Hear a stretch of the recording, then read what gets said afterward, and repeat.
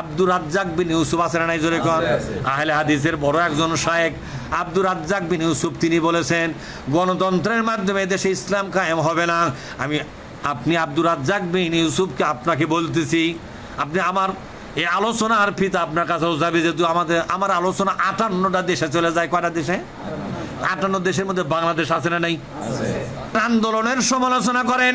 আপনার কাছে আমি প্রশ্ন করি, সংসদ ভবনে কোরআনকে বিজয়ী করার কোন আন্দোলন আপনার আছে নাকি? ব্যাংকগুলোতে সুদ বন্ধ করে দিয়া ইসলামী অর্থনীতি চালু করার কোন কর্মসূচি আপনার হাতে আছে কিনা? সমস্ত জাহেলিয়াতের এই শাসন ব্যবস্থাকে বিলুপ্ত করে দিয়া আল্লাহর কোরআনের শাসন ব্যবস্থা কায়েমের জন্য ও আব্দুর রাজ্জাক ভাই আপনার মধ্যে কোনো পরিকল্পনা কর্মসূচি আছে কিনা জাতি জানতে চায়। জাতি তুমি খালি জামাত ইসলামীর সমালোচনা করবে, ছাত্র শিবিরের সমালোচনা করবে, এরপরে চরমনায় পীর সাহেবের ইসলামী শাসনতন্ত্র আন্দোলনের সমালোচনা করবে, তুমি খালি মাওলানা মামুনুল হকের সমালোচনা করে ইসলামী দলগুলোকে জনগণ থেকে বিচ্ছিন্ন করার চেষ্টা করতেছ। তুমি আসলে কার স্বার্থ উদ্ধার করতেছ? তোমার এই ফতোয়াবাজির কারণে দুনিয়ার আবু জেহেলদের দলগুলো আজকে সমৃদ্ধ হচ্ছে। ইসলামের শাসন ব্যবস্থার পরিবর্তে ফেরাউনি শাসন ব্যবস্থা এই দেশে পাকাপোক্ত হচ্ছে। সুতরাং ফতোয়াবাজি বন্ধ করে এই বাংলাদেশে ইসলাম কায়েমের জন্য কোনো কথা তোমার জানা যদি থাকে সেই কথাটা জাতি জানতে চায়। আপনারা কি বলেন, জানতে চান কিনা? তুমি খালি জামাত ইসলামীর সমালোচনা করবে, ছাত্র শিবিরের সমালোচনা করবে, এরপরে চরমনায় পীর সাহেবের ইসলামী শাসনতন্ত্র আন্দোলনের সমালোচনা করবে। জামাতের সাথে ঐক্য করে ক্লিয়ার কাট কথাবার্তা ক্লিয়ার। ভাবছিলাম ওদের বিরুদ্ধে কথা বলবো না, মাজলুম, কিন্তু না, তাদের কাজ বন্ধ নাই, চালাইতেছে সমানে চালাইতেছে। আর কিছু কওমিয়ার, আমাদের কওমিয়ার কিছু লোকদের অর্থের বিনিময়, স্বার্থের বিনিময় বড় করিয়া নিছে তাদেরকে কৌশলে, খুব কৌশল। একই জামাতের সুরে তারাও কথা বলা শুরু করছে, ঐক্য করে জামাতের সাথে। যতক্ষণ পর্যন্ত আমাদের আকাবেররা, আমাদের মুরব্বীরা জামাতের ব্যাপারে যেই কথা বলছে, যেই আকীদা তারা পোষণ করে, যেই দোষগুলি তারা ধরছে, ওর থেকে প্রত্যাবর্তন করার আগে গোটা দুনিয়া সবাই জামাতের সাথে ঐক্য করলেও চরমনিওয়ালা তাদের সাথে ঐক্য করবে না। ক্লিয়ার কাট কথা। এতে গুলি দেন, ফাঁসিতে ঝুলান, যা ইচ্ছা তাই করেন, মোর্শেদ বলেন, কাফের বলেন, বেঈমান বলেন, দালাল বলেন, আর যাই বলেন, যতক্ষণ পর্যন্ত আমাদের আকাবেররা জামাতের ব্যাপারে, আকীদার ব্যাপারে, আমলের ব্যাপারে যেই কথা বলছে ওই রুজাত না করা পর্যন্ত আহলে হক কোনোদিন তাদের সাথে ঐক্য করবে না। জামায়াত লাগছে আলিয়া মাদ্রাসার মধ্যে, আলিয়া শেষ। জামায়াত লাগছে ইত্তেহাদুল উম্মার মধ্যে, সেটাও শেষ।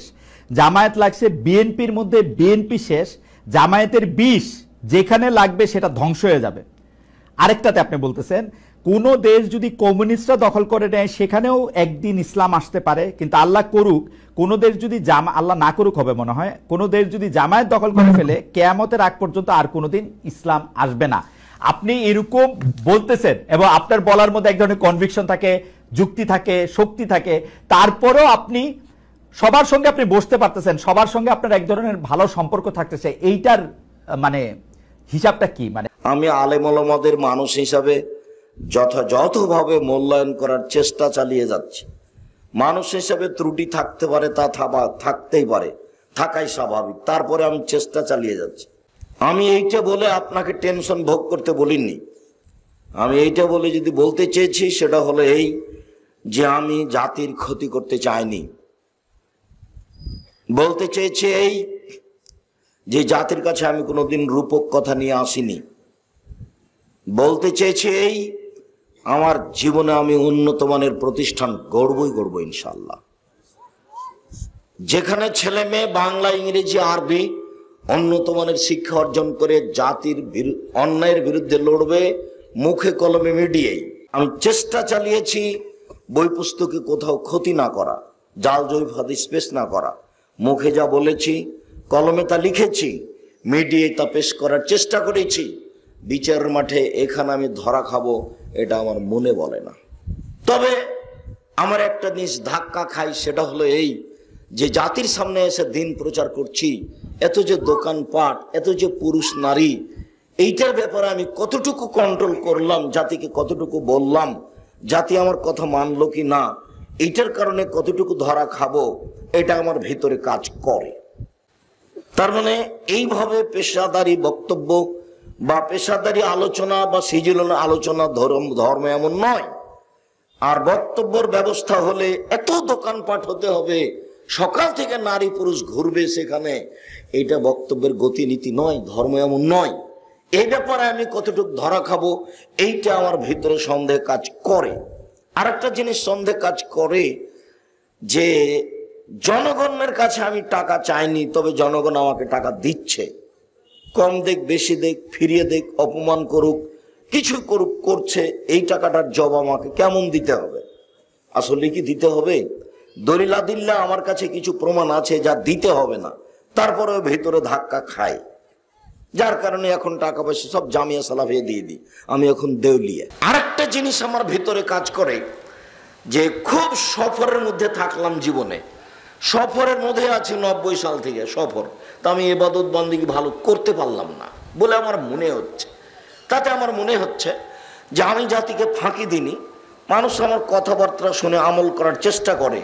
আমি যদি আমার নেকিতে বিচারের মাঠে সফল না হতে পারি, তাহলে জনগণ যে কোরআন এবং সহিহ হাদিস শুনে মানার চেষ্টা করছে, ওইখান থেকে কিছু যদি নেকি পাই, তাহলে ওখান থেকে আমি নেকি দিয়ে সফলতা বিচারের মাঠে অর্জন করব বলে আমি আশা করছি ইনশাআল্লাহ। এটা আমার একটা ভিতরে কাজ করে মাঝে। আমি একদিন ঢাকা বিমানবন্দরে বসে আছি, তো চট্টগ্রামে এক লোক এসে আমাকে জোর করে বলছে, আপনি এত শক্ত করে কথা বলেন কেন? একবারে সালাম দিই প্রথমে এই কথা। তো বলছি শক্ত বলতে হয় জন্য না, নরম করে বললেও হবে?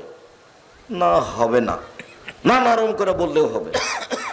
যখন কয়েকবার জোর করে এই কথা বলেছে, তখন আমি বলছি এখন বিমানবন্দর জরিপ করা হোক, জরিপে এদেশে যারা বক্তৃতা দেয় আমার কথা মেনে বেশি চলছে, এটা যদি প্রমাণ না হয়, তাহলে আপনার সামনে আমি আবার ওয়াদা করলাম আমি যাত্রীর সামনে আর যাবো না কোনোদিন। বলছে আপনি ঠিক বলেছেন, আপনার কথা আমি মেনেই চলি, আমি আপনার কথাতেই পরিবর্তন হয়েছি, শক্ত কথা না হলে আমি পরিবর্তন হতাম না, এ কথাই ঠিক। আপনার সাথে দেখা হলে আমি এ কথা বলবো একটু সাধ করে, সেই সাধটা আমি একটু মিটালাম। আমি আপনাকে কোনোদিন কষ্ট দিইনি, শক্ত কথা যতই হোক। ধর্মের নামে যদি আপনি কষ্ট পেয়ে থাকেন, তাহলে আমিও কষ্ট পাবো। সম্মানিত দিনী ভাই বোন, আপনি কেন ছেলেকে জমি দিলেন আর মেয়েকে দিলেন না? তাহলে যে আপনাকে আমি দিনরাত বললাম যে আপনার এই কাজটা হয়েছে গরু ছাগল কুকুর শ্রীগালের চেয়ে খারাপ। আপনাকে তো আমি বহুদিন বুঝিয়েছি যে আল্লাহ বলছেন যে বুঝেও বুঝে না ওরা, অন্তর আছে বুঝে না, দেখেও দেখে না ওরা, চক্ষু আছে দেখে না, শোনেও শোনে না ওরা, কান আছে শোনে না।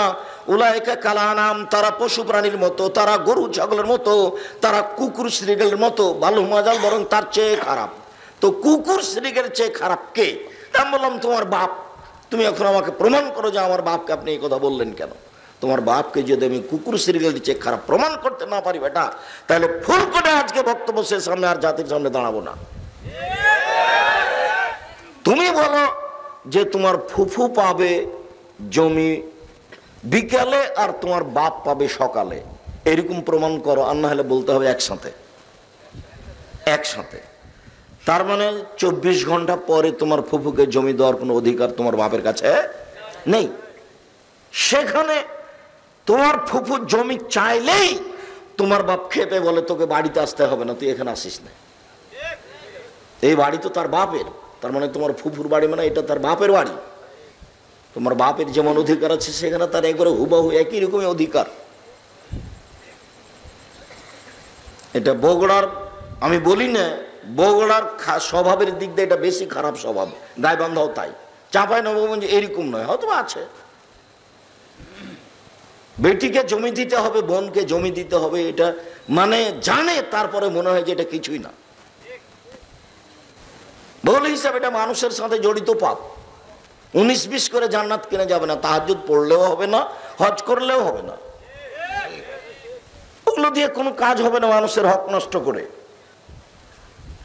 মানুষের হক নষ্ট করার ফলাফল জাহান্নাম। ঋণ পরিশোধ না করে কেউ যদি হজ করে তাহাজ্জুদ পড়ে মারা যায়, সে ঋণের পাপ ক্ষমা হবে না। যার জন্য আমি অনুরোধ জানিয়েছি, লোন নিয়ে ব্যাংক থেকে টাকা উঠিয়ে বাড়িঘর করিয়েন না। বউকে এত খুশি করে রাখতে হবে না, পাকা বাড়ি করে ব্যাংক থেকে লোন নিয়ে আপনার জানাজাই হবে না, জাহান্নাম জান্নাত তো পরে। লোন নিয়ে আপনি ব্যবসা করিয়েন না, আমি অনুরোধ জানিয়েছি। চকলেট দিয়ে ব্যবসা করেন, সংসার চলবে, লোন নেওয়া লাগবে না। কলা দিয়ে ব্যবসা করেন, লোন নেওয়া লাগবে না। কাপড়ের ব্যবসা করেন, লোন নেওয়া লাগবে না। একদিনই যদি কোটি টাকা দিয়ে আপনি হিরোইন কিনতে চান, কলকাতায় ঢাকায় বিক্রি করেন, তাহলে এই নোংরা আচরণের লোন নেওয়া লাগবেই। কার পাল্লাতে পড়ে আপনি ব্যাংক থেকে উঠিয়ে বাড়ি করলেন, টাকা উঠিয়ে আপনি মনে করছেন ছেলে মেয়ে শোধ করবে, সবাই নিজে নিজে থাকবে। আপনার 5 পয়সা দিবেন, আপনি আপনার বাপেরও দাম দিতে পারেন না, আপনার ছেলেরাও পারবে না। আপনি পারেন না, অত হুঁশিয়ার মানুষে আপনার বাপের খোঁজ খবর নিতে পারেন না। ভালোবাসা দেখে ছবিটা বাড়িতে ঝুলিয়ে রেখেছেন। কাপুরুষ সন্তান, কিসের ভালোবাসা দেখেছেন? বাপ মায়ের ছবিটা বাড়িতে ঝুলিয়ে রেখেছেন, তার নাম ভালোবাসা? তার নাম মূর্খ মানুষ, তার নাম অশিক্ষিত মানুষ, তার নাম বোকা মানুষ, তার নাম ইতর শ্রেণীর মানুষ, তার নাম নিম্ন শ্রেণীর মানুষ। ওটার নাম ভালোবাসা নয়। বাপের নামে দান করতে হবে, ওর জন্য কান্নাকাটি করতে হবে, বলতে হবে আল্লাহ আমার বাপের কোনো ভুল ত্রুটি থাকলে তুমি মাফ করো, আর আমার বাপের কোনো লেনদেন থাকলে এই যে আমি দান খারেজ করলাম, তুমি আমার বাপকে মাফ করে দাও। তাহলে বাপের কিছু উপকার করা যাবে। তাহলে ছেলে বলতে পারে যে আমি আমার বাপের একটা উপযুক্ত সন্তান আছে। যে ভাষাটা রাসূল সাল্লাল্লাহু আলাইহি ওয়াসাল্লাম বলেছেন, ওলাদুন সলে, সৎ ছেলে। সম্মানিত দিনী ভাই বোন, কখন আমি কষ্ট দিয়ে আপনার ক্ষতি করতে চাইনি। আমি যেভাবে দিন প্রচার করার চেষ্টা চালিয়ে যাচ্ছি, আপনার কাছে কোনো পরামর্শ থাকলে দিবেন। আমি এদেশে বড় বড় প্রতিষ্ঠান খুলে, জামিয়া সালাফে ডাঙ্গিপাড়া পবা রাজশাহী, জামিয়া সালাফে রূপগঞ্জ নারায়ণগঞ্জ ঢাকা, জামিয়া সালাফে তেঘরা বিরল দিনাজপুর, জামিয়া সালাফে 6 মাইল বাবুগঞ্জ বরিশাল, আরও আমার সামনে চিন্তা ভাবনা আছে। এসবগুলোর পিছনে দিনের ক্ষতি করা নয়, সাথে সাথে এর পিছনে যে আমি সম্মেলনগুলো করে থাকি, আপনাকে আমি যাওয়ার জন্য অনুরোধ জানাই। যেমন সামনে ডিসেম্বর 22-23 আমি আপনাকে রাজশাহী যেতে বলি। 26 বিঘা জমির উপরে জামিয়া সালাফে রাজশাহী, 90% জমির উপরে মসজিদ একটা, যে মসজিদে 3000 মানুষ একসাথে সালাত আদায় করতে পারবে, যেখানে প্রায় 2000 ছেলে আছে, যেখানে 950 মতো মেয়ে আছে। আপনি আমার কাছের মানুষ, আমি আপনার কাছের মানুষ, আপনাকে তো আমি ওখানে যেতে বলবই। যেখানে বিষয়ভিত্তিক আলোচনা হবে, সেখানে কোন দলীয় কোনো কথা হবে না। দলীয় কথা বলাই নিষেধ আছে, সাংগঠনিক কথা বলাই নিষেধ আছে, একমাত্র আল্লাহকে সন্তুষ্ট করার জন্য। ফেব্রুয়ারি মাসের 3 তারিখ আপনার এতে আপনাকে যেতে বলছি দিনাজপুর, 18 বিঘা জমির উপরে প্রতিষ্ঠান। আপনাকে আমি মার্চের 2-3 যেতে বলছি রূপগঞ্জ নারায়ণগঞ্জ, 51 বিঘা জমির উপরে প্রতিষ্ঠান, যার 200 শতক বরাদ্দ আছে মসজিদের জন্য। শুধু খালি মসজিদ পারপাস 200 শতক জমি আছে। সম্মানিত দিনী ভাই বোন, আমি আপনাদের কাছে আলোচনার সূচনাতে আরো অনুরোধ জানিয়েছি কয়েকটা কথা। 5 ওয়াক্ত সালাতের সাথে কোনোদিন, নামাজের সাথে কোনোদিন আপোষ করিয়েন না। সময় হলে পড়তে হবে, আপনি বাধ্য। হালাল রুজির সাথে কোনোদিন আপোষ করিয়েন না, হালাল রুজি উপার্জন করতে হবে, সময় শেষ। কোরআন মাজিদ তেলাওয়াত করবেন, সূরা ইখলাস হলেও। মানুষের সাথে বসে আড্ডা পিটিয়েন না কোনোদিন। 2 জন যেখানে বসে আছে সেখানে বসবেন না। ওখানে কারো বদনাম হচ্ছে, আপনি ওখানে বসে 2 মিনিট গলায় ফাঁসি নিয়েন না। তাহাজ্জুদ পড়ে ওখানে বৈঠকে সভাপতি সাহেবের, চেয়ারম্যানের বদনাম হচ্ছিল, আপনি খালি বলেছেন ঠিকই বলেছিস। আপনি এই ভাষাটা উল্লেখ করলেন, এখন আপনার তাহাজ্জুদ দ্বারা কোনো কাজে লাগবে না। ও যা বলছো আপনি তাই বললেন, এখন প্রমাণ করেন দেখি, ওটা ক্ষমা নেন দেখি। আপনি কিভাবে ক্ষমা নিবেন? এটা তো জেনা নয় যে আপনি বললেন আল্লাহ মাফ করেন হয়ে গেল, এটা তো জেনা নয়। আপনি এখন চেয়ারম্যান সাহেবের বদনাম করেছেন, ক্ষমা নেন দেখি। এখন পর্যন্ত, কিয়ামত পর্যন্ত, মরা পর্যন্ত যদি কাবা করে গিলাপ ধরে কান্নাকাটি করতে থাকেন, আর এই পাপ যদি ক্ষমা হয়ে যায়, তাহলে ইসলাম ধর্মই মিথ্যে, আল্লাহ জালেম। আর আল্লাহ বলেছেন ইন্নী হারামতু যুলমা আলাইয়া, আমি আল্লাহ নিজের উপরে জুলুম হারাম করেছি, আমি কারোর প্রতি জুলুম করব না। তুমি মানুষকে অপমান করেছো আর আমি তোমাকে ক্ষমা করে দেবো, এমন সৃষ্টিকর্তা আল্লাহ আমি নই। যাকে অপমান করেছো তুমি তার কাছে ক্ষমা নেও, আমার কাছে আসলে আমি পাপ নেকি দিয়ে বিচার করে দেবো। তুমি যে পরিমাণ মানুষের বদনাম করে পাপ করেছ, তোমার নেকি থেকে সেই পরিমাণ নিয়ে এই লোকটাকে দিয়ে তোমাকে জাহান্নামে দিব আর একে জান্নাতে দেব, এটা আমার বিচারের ব্যবস্থা। এভাবে মুহাম্মদ সাল্লাল্লাহু আলাইহি ওয়াসাল্লাম বলেছে। এই জন্য আপনাকে আমি অনুরোধ জানাই যে আড্ডা পিটিয়েন না। দোকানে দুইজন বসে আছে, আপনি ওখানে বসিয়েন না। দোকানে জিনিস কিনতে গেছেন, যতক্ষণ পর্যন্ত কিনতে সময় লাগবে ততক্ষণ পর্যন্ত দাঁড়াবেন। 30 বছর থেকে আমি অনুরোধ করছি, আমি নিজেও কোনোদিন বসি না। আমি প্রায় 24 বছর থেকে নওদাপাড়াতে আছি। কোনো দোকানদার যদি বলে দেয় যে আব্দুর রাজ্জাক সাহেব আমার এখানে একদিন বসে 1 সেকেন্ড বসে চা খেয়েছে, তাহলে আমি কথা বলবো না আপনাদের সামনে।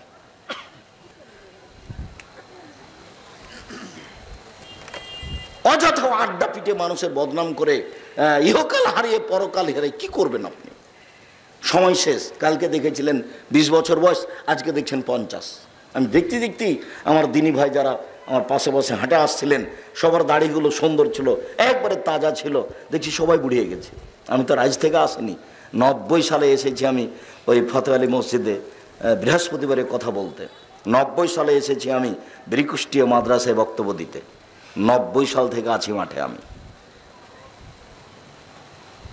সম্মানিত দিনী ভাই বোন, আপনাকে জরুরি কয়েকটা অনুরোধ করার পরে আবার ফিরে আসি যে নেশাদার দ্রব্য পান করা এমন একটা পাপ যাতে দুনিয়াবি শাস্তি উল্লেখ আছে, পরকাল তো জাহান্নাম আছে আছে।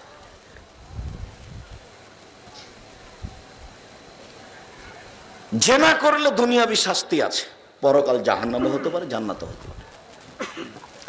চুরি করলে দুনিয়াবি শাস্তি আছে, হাত কেটে নেওয়া হবে, জাহান্নামও হতে পারে, জান্নাতও হতে পারে। মানুষের প্রতি অপবাদ লাগালে 80 লাঠি পিটাতে হবে, পরকালে জাহান্নামও হতে পারে, জান্নাতও হতে পারে। যদি আপনি নেশাদার দ্রব্য পান করেন তাহলে আল্লাহ আপনাকে 40 লাঠি 80 লাঠি পিটাতে হবে, পরকালে জাহান্নামও হতে পারে, জান্নাতও হতে পারে। এই কথা বলার পরে আপনাকে আমি ধারাবাহিক কয়েকটা কথা দেখাই। আগে কোরআন মাজিদ থেকে আমি কিছু কথা বলি, তারপর আপনাকে আমি ওই নেশাদার দ্রব্যের একটা অবস্থা পেশ করব। আল্লাহ তাআলা বলেন, ইয়াসআলুনাকা আনিল খামরি ওয়াল মাইসির কুল ফীহিমা ইসমুন কাবীর। মুহাম্মদ সাল্লাল্লাহু আলাইহি সাল্লাম, জনগণ আপনাকে জিজ্ঞাসা করছে মদ সম্পর্কে আর জুয়া সম্পর্কে। আপনি বলেন দুটোই মহাপাপের কাজ। আপনি বলে দেন যে দুটাতেই বড় পাপ হয়, জুয়া খেললেও বড় পাপ হয়, মদ খেলেও বড় পাপ হয়। আজকে আমাদের আলোচনা জুয়া নিয়ে নয়। প্রত্যেক যেই খেলাতে টাকার হার জিত আছে সেটাই জুয়া। সেটা যেটাই হোক, ক্রিকেট হোক, ফুটবল হোক, ব্যাডমিন্টন হোক, র্যাকেট হোক, আরো কোনো কিছু হোক, বা এমনি টাকার হার জিত হোক, প্রত্যেক যেই খেলাতে টাকার হার জিত আছে তার নাম হলো জুয়া। বোঝা গেল না মনে হয়? আর যেই খেলাতে টাকার হার জিত নেই, সময় নষ্ট হয়, এটাও খারাপ। এমনি বসে বসে লুডো খেলছে, টাকার হার জিত নেই, কিন্তু সময় মুসলমানকে এভাবে বসে থাকতে দিবে না। শুক্রবারে কাজ বন্ধ করে বসে থাকাটা ছুটি হিসাবে মনে করা আল্লাহর আদেশ নয়। শুক্রবার শনিবার তো বন্ধ বহু দূরের কথা, শুক্রবার শনিবার পড়াশোনা বন্ধ তো বহু দূরের কথা।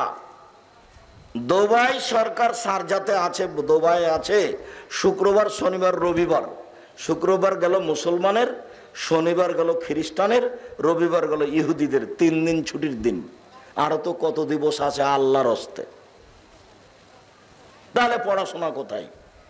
প্রতিদিন মানুষকে কাজ করে খেতে হবে, তার প্রমাণ আপনি জানেন। কিভাবে একটু বলেন তো? আল্লাহ বলছেন এই যে নুদিয়া লিসসালামি ইয়াউমিল জুমা, জুমার দিনে যখন আজান দেওয়া হবে, তোমাকে নামাজে ডাকা হচ্ছে, ফাসাওয়ালা যিকরিল্লাহ, দৌড়িয়ে আসো সালাত আদায় করতে। ফাইদা কুদিয়াতিস সালাত, যখন সালাত শেষ হয়ে যাবে, তারপরে ফান্তাসিরু ফিল আরজ, আবার দৌড়িয়ে যাও জমিতে, দোকানপাট খুলে দাও, জমি চাষ শুরু করো। তার মানে জুমার দিনও দোকান চালাতে হবে, উপার্জন করতে হবে। বাপ অতদিন পর্যন্ত কাজ করে খাবে যতদিন পর্যন্ত বাপ কাজ করতে পারে। এখন ছেলের মানুষ হয়ে গেছে, টাকা ইনকাম করছে, সেজন্য বাপ বসে থাকবে, এটা শরীয়তে অনুমতি নেই।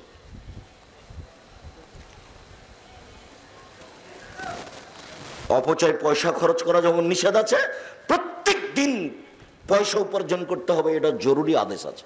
জুমার দিন নয়, এমন কোনো দিন নাই যেটা উপার্জন করা যাবে না এরকম শরীয়ত নাই। জুমার দিন হোক আর শনিবার হোক আর রবিবার হোক, সব দিনই পয়সা উপার্জন করতে হবে, পয়সা উপার্জন করতে হবে, এ কথাই ঠিক। আমি যার কারণে ব্যবসায়ী লোককে বলেছি যে চাঁপাইনবাবগঞ্জের মানুষের মতো ওই চাকরি করে জীবনে কিছু করতে পারবেন না। টাকা পাবেন 20,000 মাসে, বা 25,000 বা 30,000, যা বেতনে টাকা পেয়েছেন 25 দিনই শেষ হবে, 5 দিন ধার কর্জ করে যাবে। তো 5 দিন যদি ধার কর্জ করে যায়, তো ওই সময় যদি বাপ মা বলে যে বেটা কিছু টাকা পয়সা লাগবে, তখনও বলবে মা আমি তো কিছু করতে পারলাম না, দেখি সামনে মাসে যদি পারি। তার মানে চাকরি করে কিছু করতে পারবেন না। যদি নিজের উপকার করতে চান, জাতির উপকার করতে চান, ফকির মিসকিনের উপকার করতে চান, তাহলে ব্যবসা করতে হবে। যার কারণে জমি চাষের আল্লাহ রসুল নিন্দা করেছেন আর ব্যবসার ব্যাপারে খুব মান বাড়িয়ে দিয়েছেন। তিনি বলছেন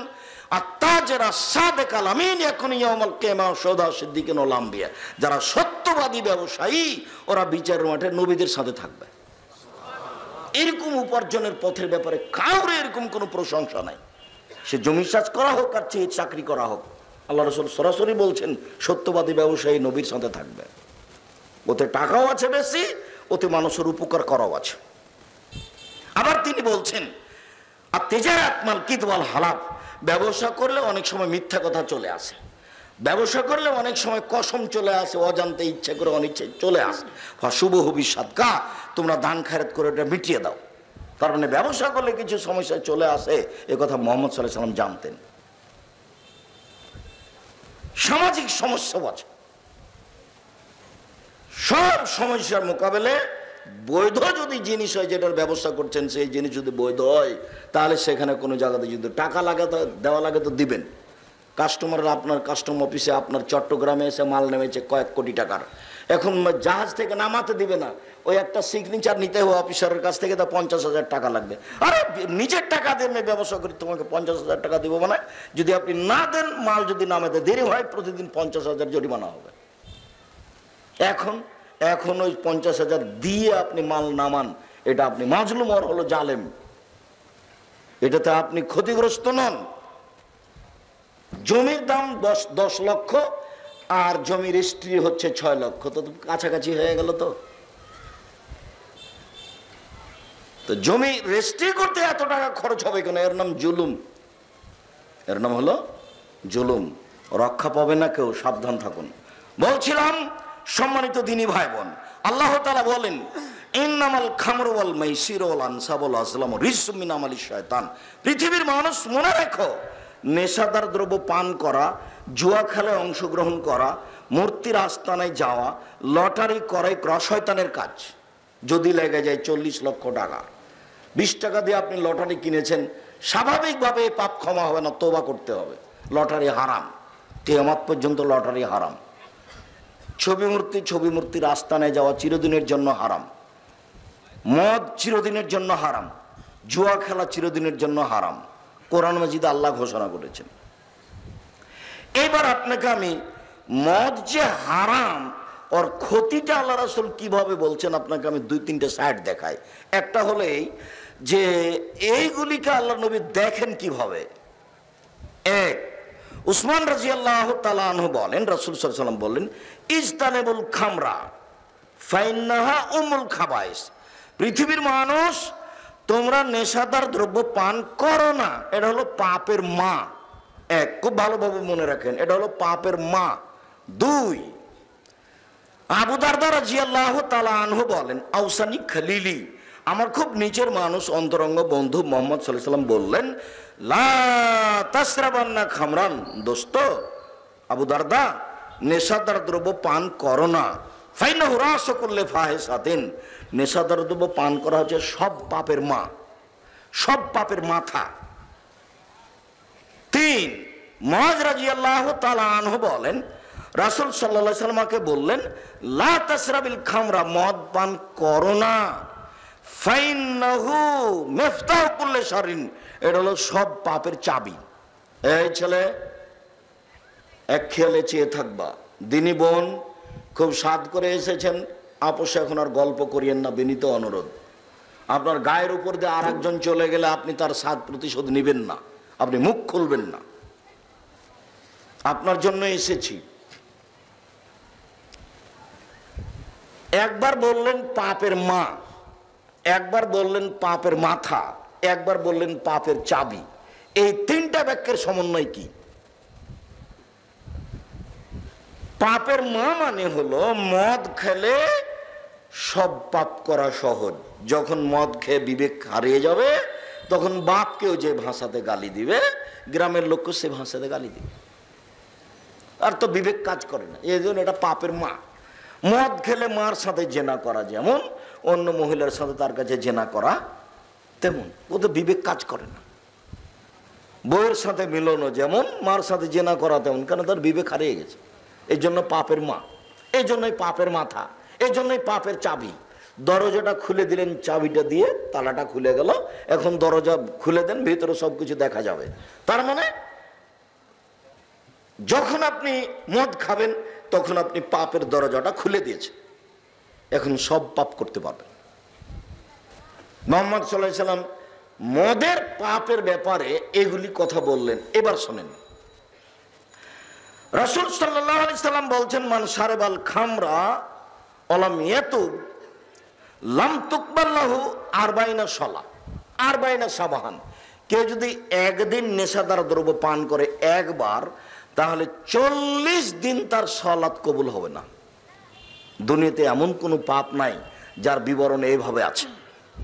জেনা মহাপাপ, কিন্তু এভাবে নেই কথা। সুদ খাওয়া মহাপাপ, তবে কথা এভাবে নেই। মানুষ হত্যা করা মহাপাপ, তবে কথা এভাবে নেই। মানুষ হত্যা করেছে, 40 দিন তার সালাত কবুল হবে না, এই কথা আল্লাহ নবী বলেননি। মানুষ হত্যা করেছে মহাপাপ, বিচারের মাঠে হেরে যেতে পারে, জিতে যেতেও পারে, কিন্তু 40 দিন তার সালাত কবুল হবে না। 40 দিন নাম দিয়ে আর কোনো পাপ দুনিয়াতে নেই। 2, রাসূল সাল্লাল্লাহু আলাইহি সাল্লাম বলছেন, মান শারাবাল খামরা লাম ইয়ারজাল্লাহু আনহু 40 লাইলা। কেউ যদি একদিন একবার নেশাদার দ্রব্য পান করে, তাহলে 40 দিন সে আল্লাহকে নিজের দিকে করতে পারবে না। এমন কোনো পাপ নাই যে পাপ করলে 40 দিন যাবত আল্লাহকে নিজের দিকে করা যাবে না, এরকম কোনো পাপ দুনিয়াতে নেই। জেনা মহাপাপের কথা সবাই জানে। বিবাহ করার পরে জেনা করলে তাকে হত্যা করতে হবে, বাঁচার পথ নয়। আর বিবাহ করার আগে জেনা করলে তাকে 100 লাঠি পিটিয়ে এলাকা থেকে 1 বছরের জন্য তাড়িয়ে দিতে হবে। কিন্তু লোকটা আল্লাহকে 40 দিন কিছু বললে লাভ হবে না, এরকম কথা জেনাতে নেই।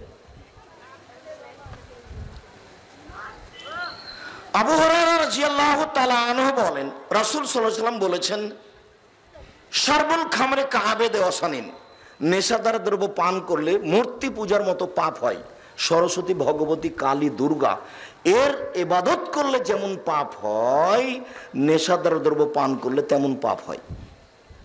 কোনো পাপকে এভাবে লাগানো নাই। আল্লাহ নবী বলেননি কেউ যদি নামাজ ছেড়ে দেয় তাহলে মূর্তি পূজার মতো পাপ করলো। আল্লাহ নবী বলেননি কেউ যদি জেনা করে তাহলে মূর্তি পূজার মতো পাপ করলো।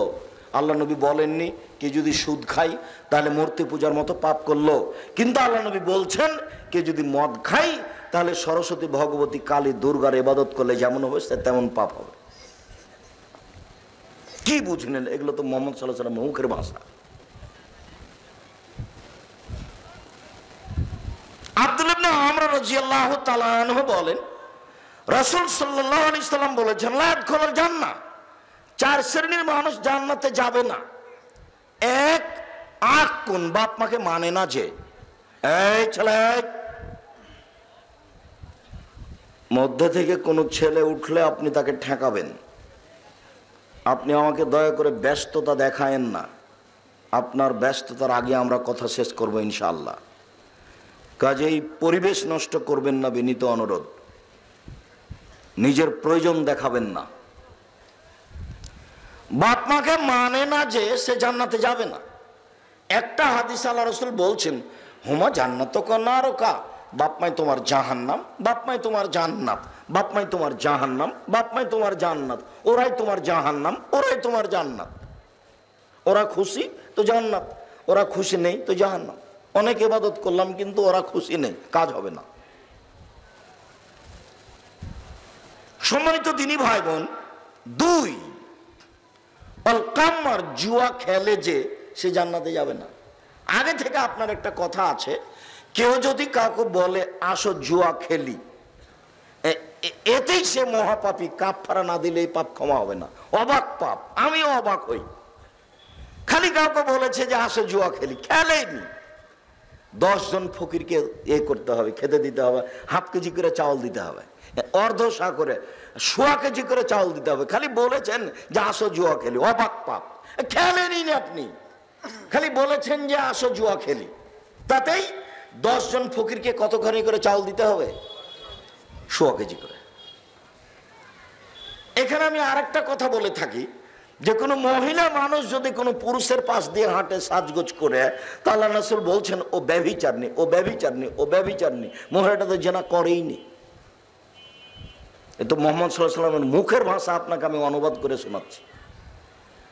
মহিলাটা খালি সাজগোজ করে পুরুষের পাশ দিয়ে হেঁটেছে, সাজগোজ করে পুরুষের পাশ দিয়ে হাঁটাটাই অপরাধ। যদি আপনাকে আমি শক্তভাবে বলতে চেয়েছি, এখনো যদি কেউ বগুড়া শহরে যায় তাহলে দেখতে হবে যে কিছু মহিলা হাঁটছে, ও কি হিন্দুর মেয়ে, কোনো কাপুরুষের মেয়ে, কোনো বেঢঙ্গার মেয়ে, কোন কুকুর শ্রীগালের মেয়ে। বাপ বেঁচে আছে কেন ওখানেও, স্বামী বেঁচে আছে কেন ওখানেও, কেন থাকবে? স্বামী বেঁচে আছে মানে বউয়ের পেশাবের জায়গা আছে, পায়খানার জায়গা আছে, কাপড় কিনে দেওয়ার ব্যবস্থা আছে, খাওয়ার ব্যবস্থা আছে, তার নাম স্বামী। কেউ কোটি টাকা ইনকাম করে বউ লালন পালন করছে, কেউ দিনে 50 টাকা ইনকাম করে বউ লালন পালন করছে, বউয়ের দেখাশোনা করছে। বউকে ওইভাবেই শুনে বুঝে নিতে হবে এটা আমার স্বামীর সংসার, আমাকে এভাবে থাকতে হবে। সে বাইরে গেল কেন, সে যাবে কেন, সে পথ অবলম্বন করলো কি করে? আপনার দুর্বলতার ফাঁকে এটা অবলম্বন করেছে। আপনি টাকা পয়সার দিকে দেখেছেন, অথচ দরকার ছিল না। আপনি ভুল বুঝে এগুলো করেছেন, তখন ভুল পথে গেছে, নিজেও বেকায়দায় পড়লেন, ওকে বেকায়দায় ফেললেন। 3 জুয়া খেলে যে সে জান্নাতে যাবে না। আরো অবাক কথা, যে কেউ যদি কাউকে বলে যে আসো জুয়া খেলি, তাহলে কি করতে হবে? কাফারা দিতে হবে। ভুলে যাচ্ছেন মনে হয় কথা, কি কাফারা দিতে হবে? 10 জন ফকিরকে কতটি করে চাউল দিতে হবে? 1/4 কেজি করে, অথচ জুয়া খেলেইনি, অবাক পাপ। মধ্যখানে একটা কথা ঢুকেছিল, কথাটা ছুটে গেছে, কি কারণে ছুটে গেছে মনে নেই। বসে থেকে যদি কেউ খেলাধুলা করে, লুডু, চৌসার, ছক্কা, দাবা, পাঞ্জা, এগুলো যদি খেলে বসে বসে, গেমস তো এখন তো মোবাইলে গেমস, এখন তো টিভিতে গেমস, এখন তো মানুষ প্রায় পশু প্রাণী হয়ে গেছে। তো আল্লাহ রাসূল বলছেন কেউ যদি এইসব খেলায় বসে বসে সময় কাটায়, তাহলে ফাদ খালা ইয়াদাহু ফি দামি খিনজির, সে তার হাতটাকে শরীর শুকুরের রক্তের মধ্যে ডুবিয়ে দিল। এটা আরবি থেকে আপনাকে আমি বাংলা শোনালাম। আপনাকেও গেমস খেলতে হবে না, ছেলে মেয়েকে দিতে হবে না, আপনিও ধ্বংস হয়েছেন, ওকে ধ্বংস করেছেন। আর আপনার স্ত্রী এমন বোকা মহিলা যে ও এখন প্রেমের গল্প করবে, সেই জন্য ছেলেকে ওই গেমস খেলতে লাগিয়েছে, বাবা তুমি এখন দেখো তো, ও ভিউ দেবো, আর এক ঘরে গিয়ে মোবাইলে কথা বলছে। মোবাইলের অপর নাম জেনা, মোবাইলের অপর নাম জাদু, মোবাইলের অপর নাম জাদু। খুব চেষ্টা করে তুমি বলছো আর মোবাইলে কথা বলবো না, রাত 1টা 2টা বাজে, দিয়ে রেখেছো, লাইটটা অফ করেছো, 2 মিনিট পরে হাত কানা আবার ওখানে গেছে। পেশাব পায়খানায় মানুষ মোবাইল নিয়ে যাচ্ছে, জিজ্ঞাসা করে দেখেন, পেশাব পায়খানায়। তার মানে মানুষ আর হয়ে নাই, মানুষ পশু হয়ে গেছে। আল্লাহ রাসূল বলছেন আমার জীবনে বড় ভয়, আর সাহতান খাফিয়া, আমার উম্মত গোপন জেনা করবে, এটা আমার জীবনে ভয় নেন। এবার তিনি তাহলে এই অবস্থা বুঝতে পারতেন যে আমার উম্মতের উপরে আমার বড় ভয়, আমি আশঙ্কা করছি আমার উম্মতের উপরে যে তারা গোপন পাপ করবে। গোসলখানায় পাপ হয়, কেউ নাই ঘরে, তখনই পাপ হয়। এবার তাহাজ্জুদ পড়তে উঠেছে, মাথায় টুপি আছে, 2 রাকাত পড়ার পরে টিভি চালু করে দিয়েছে, অন্তরের দিকে দুর্বল হয়ে আছে। আর এমনি তো প্রতিদিন দোকানের অবস্থা তো আছেই। একটু পরে আরো জরুরি কয়েকটা কথা আসছে। সম্মানিত দিনী ভাই বোন, তিনি বলেন অল মান্নান, খোটা দেয় যে সে জান্নাতে যাবে না, এটাও খুব কঠিন। আমাদের চেয়ারম্যান সাহেব সভাপতি সাহেব, উপজেলার সভাপতি, চেয়ারম্যান সাহেব, এনারা দায়িত্বশীল মানুষ, গরিব মানুষের সহযোগিতা করে থাকে। একটা ভ্যানওয়ালা মানুষ বলছে, ভাইজান আমাকে 5,000 টাকা দেন, 10,000 আমি একটা ভ্যান কিনবো। তো দিয়েছে, যা তুই আমাদের গ্রামের মানুষ, 10,000 টাকা দিয়েছে, ভ্যানটাও কিনেছে। পরের দিন বলছে, সকালে তুই আসিস তো, আমি একটু ড্যামাজানি যাবো। তার আসেনি। তখন বিকেলে দেখে, বলছে আরে তোকে কালই 10,000 টাকা দিলাম, তুই ভুলে গেলি রে। এরকম খোটা দেওয়া, তার মানে মনটা এটা চাই, মানুষ মাত্র এটা চাই। কিন্তু আল্লাহর নবী এমন ভাবে কঠিন ভাবে ঠেকিয়ে দিয়েছে যে কেউ যদি এরকম বলে তাহলে জান্নাতে যাবে না। আচ্ছা, এইটা কেন, এত বড় পাপ কেন? আমি এগুলো অনেক সময় চিন্তা ভাবনা করি যে এরকম কেন। টাকনোর নিচে প্যান্ট পরলে আল্লাহ তার সাথে কথাই বলবেন না, কঠিন হয়ে গেল না?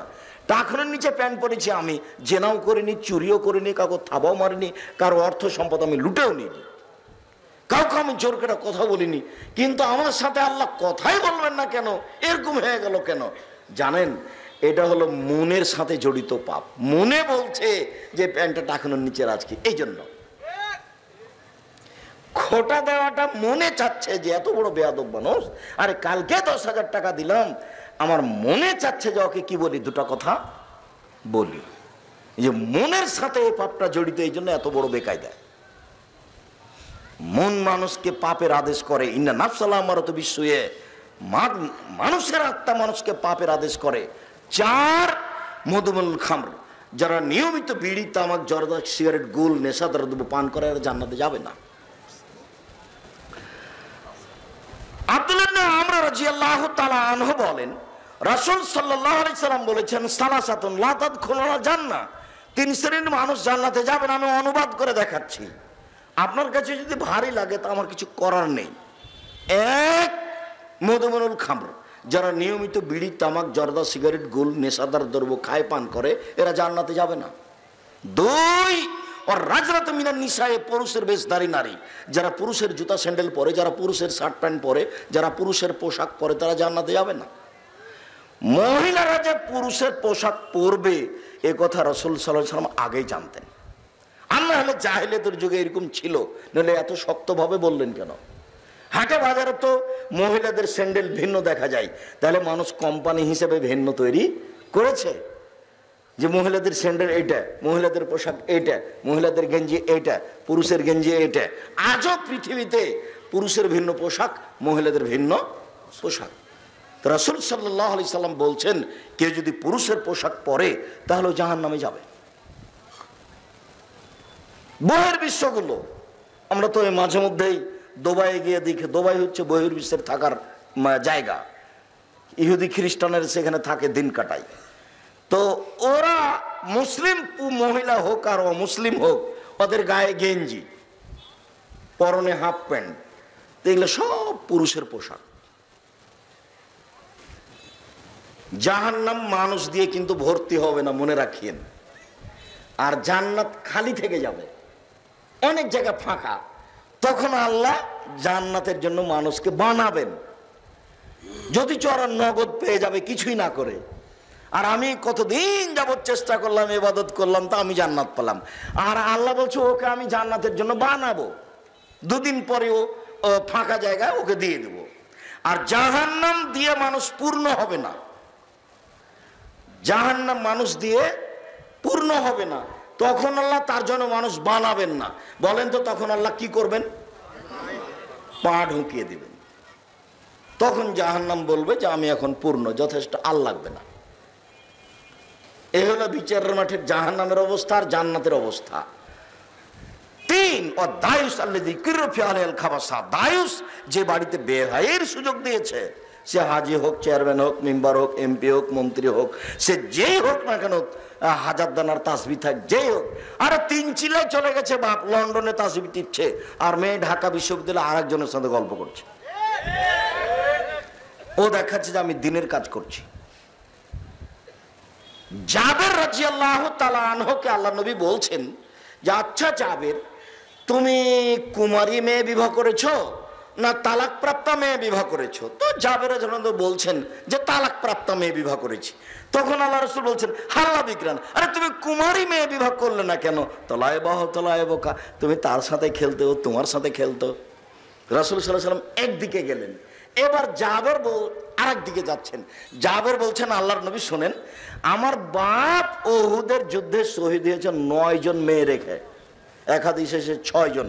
আমার 6টা বোন আছে। তা আমি মনে করলাম যে এমন মেয়েকে আমি বিবাহ করব যে মেয়ে তোয়ারতে বহুন না, আমার বোনদেরকে শিষ্টাচার দিতে পারবে, তোয়ারলে বহুন না, আমার বোনদেরকে শিখিয়ে দিতে পারবে, তুরাজ্জল হন না, আমার বোনদের মাথার চুল চিরনি করে দিতে পারবে, তাকুমু আলাইহিন না, ওদের উপরে সবসময় পাহারাদার হিসাবে থাকবে। তাহলে মা হলো বেটির জন্য পাহারাদার, বাপ হলো বেটির জন্য পাহারাদার। মা জানে বেটি কোথায় কোথায় গল্প করে, কিন্তু বাপকে জানাই না। অনেক সময় বাপও জানে। তো 4টে কারণ যখন উনি বললেন, তখন আল্লাহ রাসূল চুপ হয়ে গেলেন, কিছু বললেন না। না বুঝাতে পারলাম না ভালো করে কথা। জাবের একজন সাহাবী, তা আল্লাহ রাসূল বলছেন যে জাবের তুমি বিবাহ করেছ? জি। তো তালাক প্রাপ্তা মেয়ে বিবাহ করেছ না কুমারী মেয়ে বিবাহ করেছ? তো জাবের বলছেন যে তালাক প্রাপ্তা মেয়ে বিবাহ করেছি। তো আল্লাহ রাসূল বলেন, আরে কুমারী মেয়ে কেন বিবাহ করলে না? তুমি তার সাথে খেলতো, তোমার সাথে খেলতো, এটা করতে একটা ভালো হতো বেশি, তো তালাক প্রাপ্ত মেয়ে কেন বিবাহ করলে? তখনও উত্তর দিচ্ছে, আল্লাহ নবী আমার কয়জন বোন আছে, আমার বাপ মারা গেছে, শহীদ হয়েছে কয়জন? 6 জন। তো এখন আমি যদি আমার বোনদের বয়সের মেয়েকে বিবাহ করি, তাহলে দেখাশোনা করতে পারবে না। মোট কথা মনে হয় বোঝা যায় না কথা, অভিভাবক। তাহলে আমি আপনাকে এখানে দেখাতে চাচ্ছি যে ওর বোনের মা হিসাবে পেশ করতে চাচ্ছে তার বউকে, যে যে কাজটা মায়ে করে সেই কাজটা ওই মেয়েগুলোর ভাবি করবে। দুঃখিত, আমি যদি ধর্ম বুঝাতে না পারি তাহলে আমি অক্ষম। হাদিস বুখারী মুসলিম কিন্তু জাতিকে বুঝাতে পারলাম না, বা জাতি এসব কথার দাম দিল না, অথচ কথাগুলি মুহাম্মদ সাল্লাল্লাহু আলাইহি সাল্লামের মুখের। তাকুমু মানে কি? পাহারাদার। মা হচ্ছে মেয়েদের জন্য পাহারাদার। মেয়ে ছেলের পরে পাহারা দিয়ে ছেলে মেয়েকে মানুষ করে বিবাহ শাদীতে মরে যাবে, এরকমই পৃথিবী। 2 জন মিলে ছেলে মেয়েকে মানুষ করবে, পাহারা দিয়ে ছেলে মেয়ের বিবাহ দিয়ে দিবে, এই পর্যন্ত পাহারাদার, পরে দুনিয়া থেকে চলে যাবে। এটাই বাপ মায়ের জিম্মেদারি। কিন্তু বাপ হিসেবে তাকে আদর করে সবকিছু দিল, সতর্ক কোনোদিন করলো না। মা কোনোদিন সতর্ক করলো না, তাহলে এরা 2 জনই সংসার ধ্বংস করেছে, এরা 2 জনই ছেলে মেয়েকে ধ্বংস করেছে। এরা চিল্লার নামে লন্ডন গেছে ধর্ম প্রচার করতে। ধর্ম এরকম নয় সম্মানিত দিনী ভাই বোন। 3 শ্রেণীর মানুষ জান্নাতে যাবে না। 1, নেশাদার দ্রব্য পান করে যে। 2, মহিলারা পুরুষের পোশাক পরে যে। 3, বাড়িতে বেহায়াইর সুযোগ দিয়েছে যে। মুআয ইবনে জাবাল রাদিয়াল্লাহু তাআলা আনহু বলেন, রাসূল সাল্লাল্লাহু আলাইহি সাল্লাম বলেছেন যে আন্না হাযাল আমরা বাদা নবুওয়াতুন রাহমা। শোনো, নেতৃত্ব শুরু হয়েছে নবী দিয়ে ও দয়া দিয়ে। প্রথম পৃথিবীর নেতা হলেন আদম আলাইহিস সালাম। আদম আলাইহিস সালামের নেতৃত্ব চলেনি আল্লাহর দয়া ছাড়া। নেতৃত্ব চলে নবী দিয়ে ও দয়া দিয়ে। সুম্মা এখনো খেলাফাতানা রহমা। তারপর নেতৃত্ব চলে খলিফা দিয়ে ও দয়া দিয়ে। উমার খলিফা, নবীর পরে যিনি, যারা দায়িত্ব পালন করে তাদের নাম খলিফা। তখনও দয়া লাগে, খেলাফত লাগে। তারপরে বলছেন সুম্মা মুলকান আজুজান, তারপর নেতৃত্ব হবে জোরজার মুল্লুক তার। তারপরে নেতৃত্ব কিভাবে হবে? জোরজার মুল্লুক তার। তারপরে বলছেন আল্লাহ রাসূল সুম্মা তাকুনু জাবরিয়াতান উতওয়ান ফাসাদান ফিল আরজে, তারপরে মানুষ নেতা হবে, হবেই, পিটিয়ে হবে, মেরে হবে, হত্যা করে হবে, টাকা দিয়ে হবে, বিপর্যয় সৃষ্টি করে হবে। ওকে নেতা হওয়াই লাগবে, সে যেভাবে হোক না কেন, এভাবে হবে। 4টে স্তর বললেন। এরপরে বলছেন যারা জোর করে নেতা হবে তাদের চরিত্র 4টে। 1, ইস্তাহিলুল হারিরা, রেশমি কাপড় পরবে। 2, অল খমরা, মদ খাবে। 3, অল ফরুজা, জেনা হালাল মনে করবে। আপনি তল্লাশি করে দেখেন, ক্ষমতা থাকলে জেনা সহজ, ক্ষমতা থাকলে জেনা সহজ। প্রিন্সিপালের জন্য জেনা সহজ, দায়িত্বশীলের জন্য জেনা সহজ, ক্ষমতাশীলের জন্য জেনা সহজ। এরপরে দুটো শব্দ ব্যবহার করেছেন আল্লাহ নবী, দিনান্দিন ধনী হয়ে যাবে, ধনী হওয়াতে সাহায্য সহযোগিতা পাবে, কোনো সমস্যা হবে না। আমি কিন্তু অনুবাদক, মোহাম্মদ সাল্লাল্লাহু আলাইহি সাল্লাম এভাবেই বলছেন। এদেশে একটা বই পাওয়া যায় কে বড় ক্ষতিগ্রস্ত, উঠিয়ে দেখেন আছে আলোচনা। এদেশে একটা বই পাওয়া যায় উপদেশ, আপনার জন্য আমি লিখেছিলাম, আপনি নিয়ে দেখেন, এই আলোচনা ধারাবাহিকভাবে দেওয়া আছে। কালকে আলোচনা ছিল আপনাদের বাড়ির পাশেই, কি আলোচনা ছিল বলেন তো দেখি? 9 ধরনের নফল সালাত। এই আমলগুলো যদি আপনি না করেন তো গরু ছাগল করবে? সম্মানিত দ্বীনি ভাই বোন, আবু মুসা আশআরী রাদিয়াল্লাহু তাআলা আনহু বলেন, রাসূল সাল্লাল্লাহু আলাইহি সাল্লাম বলেছেন, লা ইয়াকুনান্না মিন উম্মতি আকওয়াম, অচিরে আমার উম্মতে এমন মানুষ হয়ে যাবে, ইস্তাহিলুনাল হেরা, তারা জেনাকে হালাল মনে করবে। অবাক কথা, জেনা হালাল।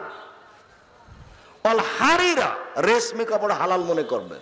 অল খমরা, নেশাদার দ্রব্য পান করাকে হালাল মনে করবে। অল মাযিব, বাদ্যযন্ত্রকে হালাল মনে করবে।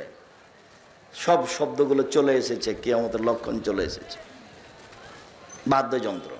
এবার দেখেন, আনাস রাদিয়াল্লাহু তাআলা আনহু বলেন, রাসূল সাল্লাল্লাহু আলাইহি সাল্লাম বলেছেন, লা তাকুনান্না ফি হাযিহিল উম্মাহ খাসফুন মাসখুন কাজফুন, আমার উম্মতের উপরে 3টি বিপদ নেমে আসবে 3টি পাপের কারণে। আমার উম্মতের উপরে 3টি বিপদ নেমে আসবে 3টি পাপের কারণে। আমার উম্মতের উপরে 3টি বিপদ নেমে আসবে 3টি পাপের কারণে। 1, ভূমিকম্প হবে। 2, মানুষের আকার আকৃতি পরিবর্তন হয়ে যাবে। সন্ধ্যায় ছিল মানুষ, সকালে হয়ে যাবে বানর, শোর হয়ে যাবে, হবে। 3, সর্ব ধরনের সমস্যা নেমে আসবে। জমি জায়গা কিনা যাবে না, দাম বেশি। রাস্তাঘাটে চলা যাবে না, গাড়ি ঘোড়া নেই। তেলের দাম বেশি, তেল কেনা যায় না, গাড়ি বন্ধ।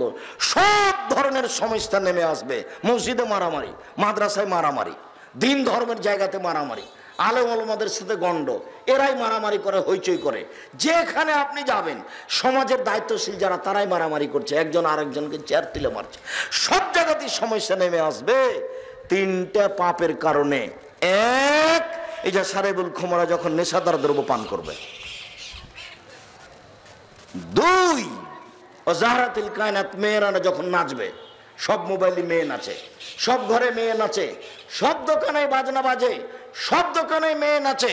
ওয়াজারাবুল মাযিব, 3, যখন বাদ্যযন্ত্র প্রকাশ পাবে, সব ঘরে বাজনা বাজে, সব ঘরে মেয়ে নাচে, সব দোকানে বাজনা বাজে, সব দোকানে মেয়ে নাচে, সব মোবাইলে বাজনা বাজে, সব মোবাইলে মেয়ে নাচে। এই 3টা পাপের কারণে 3টা বিপদ নেমে আসবে। নেশাদার দ্রব্য।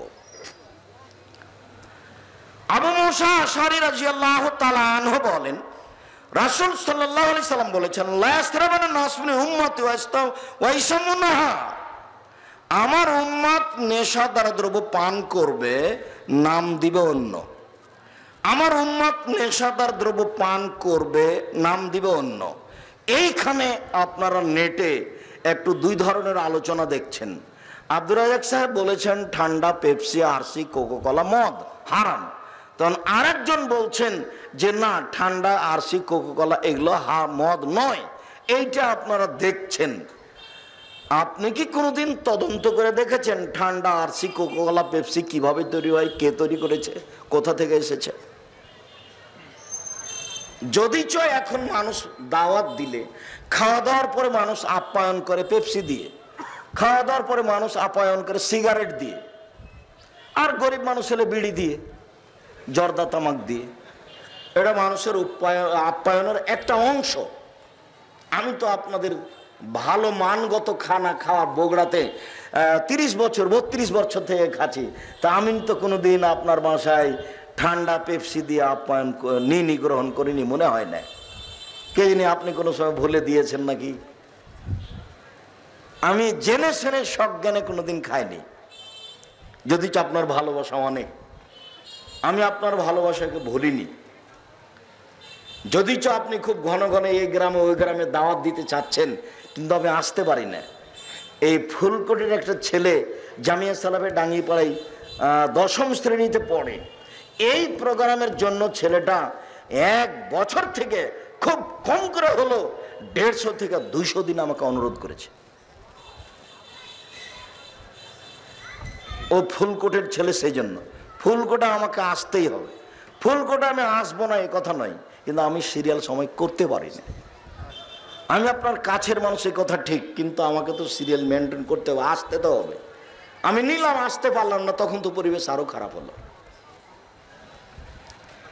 আমার উম্মত মদ খাবে, কিন্তু নাম দিবে অন্য।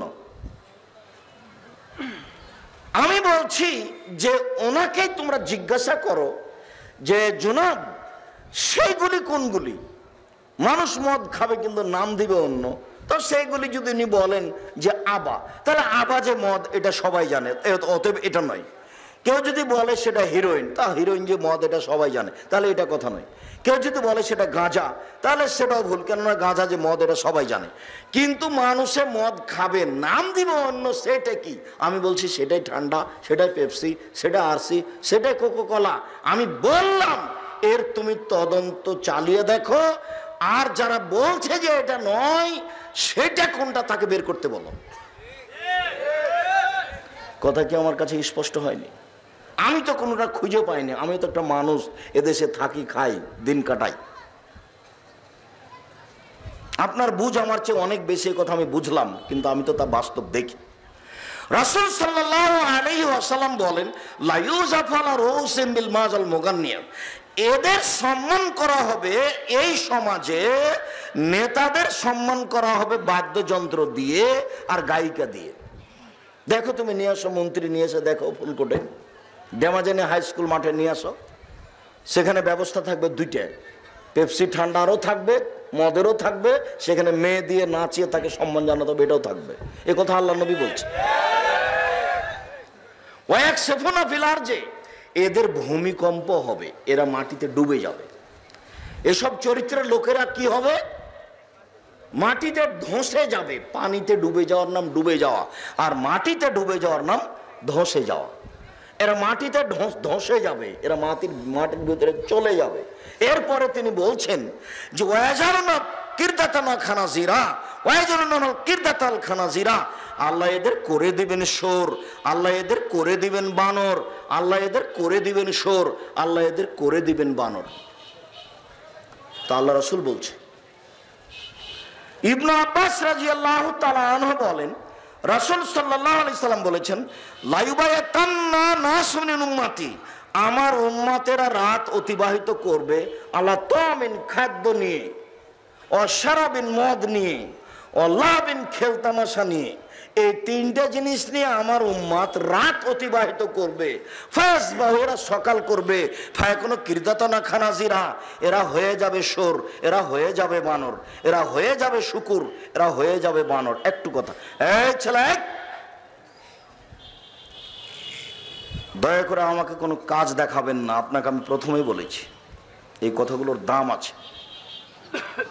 আপনার কাছে আমার একটা জিজ্ঞাসা, বা আপনার পক্ষ থেকে আমার কাছে একটা জিজ্ঞাসা, আব্দুর রাজ্জাক সাহেব, মানুষ সাপ ব্যাং না হয়ে, কুকুর না হয়ে বানর হবে কেন?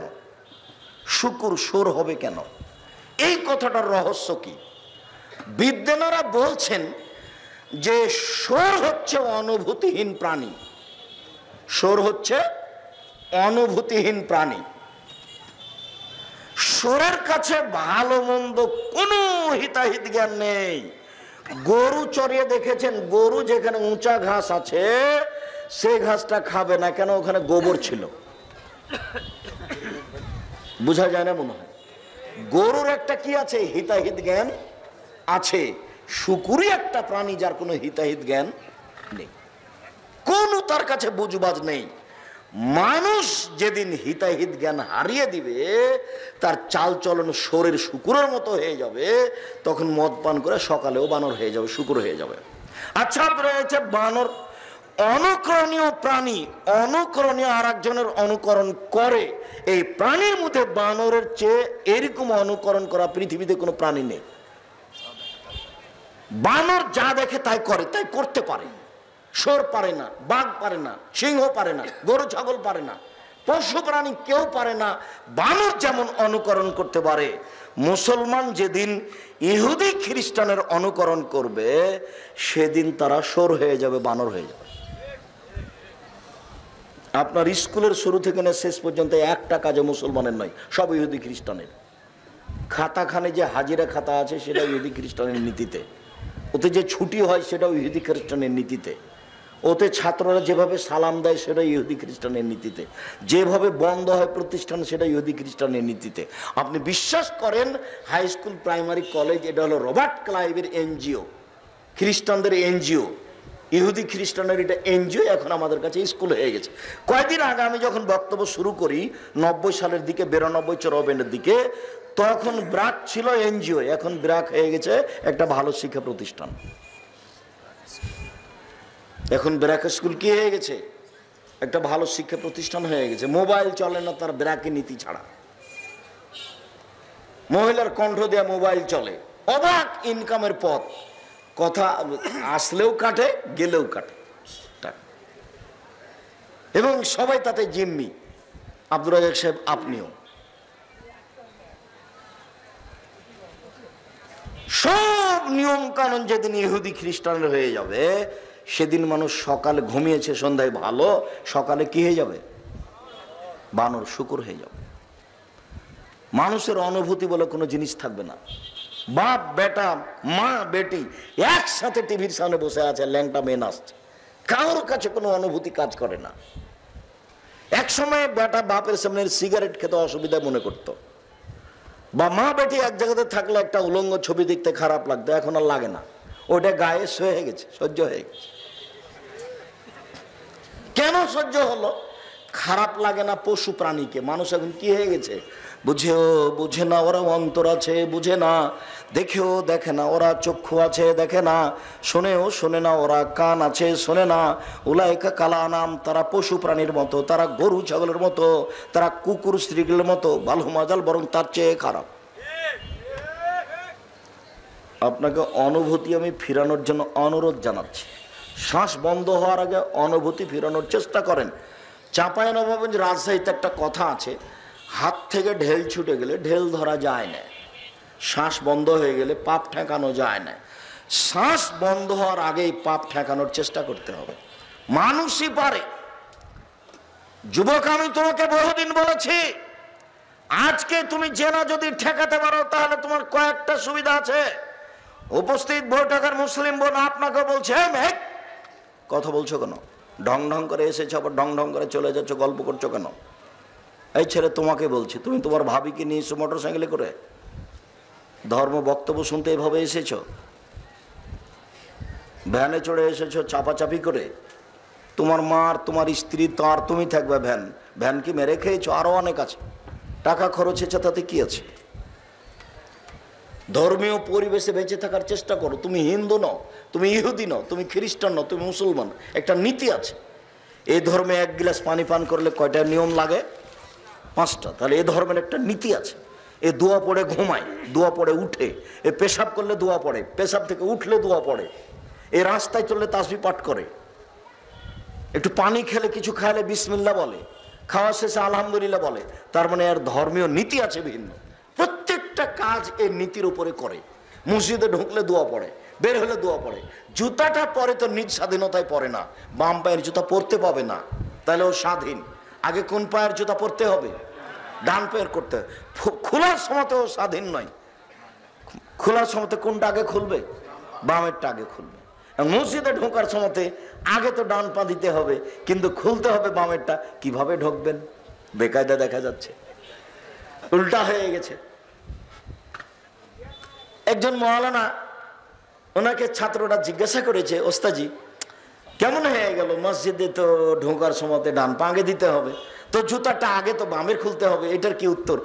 তখন উনি বলছেন, সেই তো আমি তো এখন বলতে পারছি না, আচ্ছা ঠিক আছে পরে বলবো। তো পরে আবার ছাত্ররা বলছে ওস্তাদ আমাদের সিদ্ধান্ত পেয়ে গেছি, আমরা পেয়ে গেছি। কিভাবে পেলে?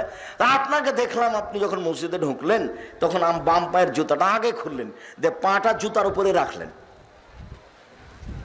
তারপরে ডান পার জুতাটা খুলে ডান পাটা আপনি মসজিদে দিলেন আগে। এই যে উত্তর হয়ে গেছে। কথা বুঝাতে পারিনি মনে হয়। মানে আমরা মুসলমান, আমাদের একটা ধর্মনীতি আছে। তোমাকে বলি, তোমার বোনতে এসেছে ঢং ঢং করে চলে গেছে, হিন্দু মেয়ে গায়ে হাতে একটা শাখা আছে সাদা, ওটাও ছাড়বে না, ফাঁসি হলেও ছাড়বে না। তার মানে ওটা তাদের নীতি। আর কপালে কি আছে? সিঁদুর আছে। বিবাহ হয়ে গেছে, সিঁদুর দিবেই, ওটাও করবেই।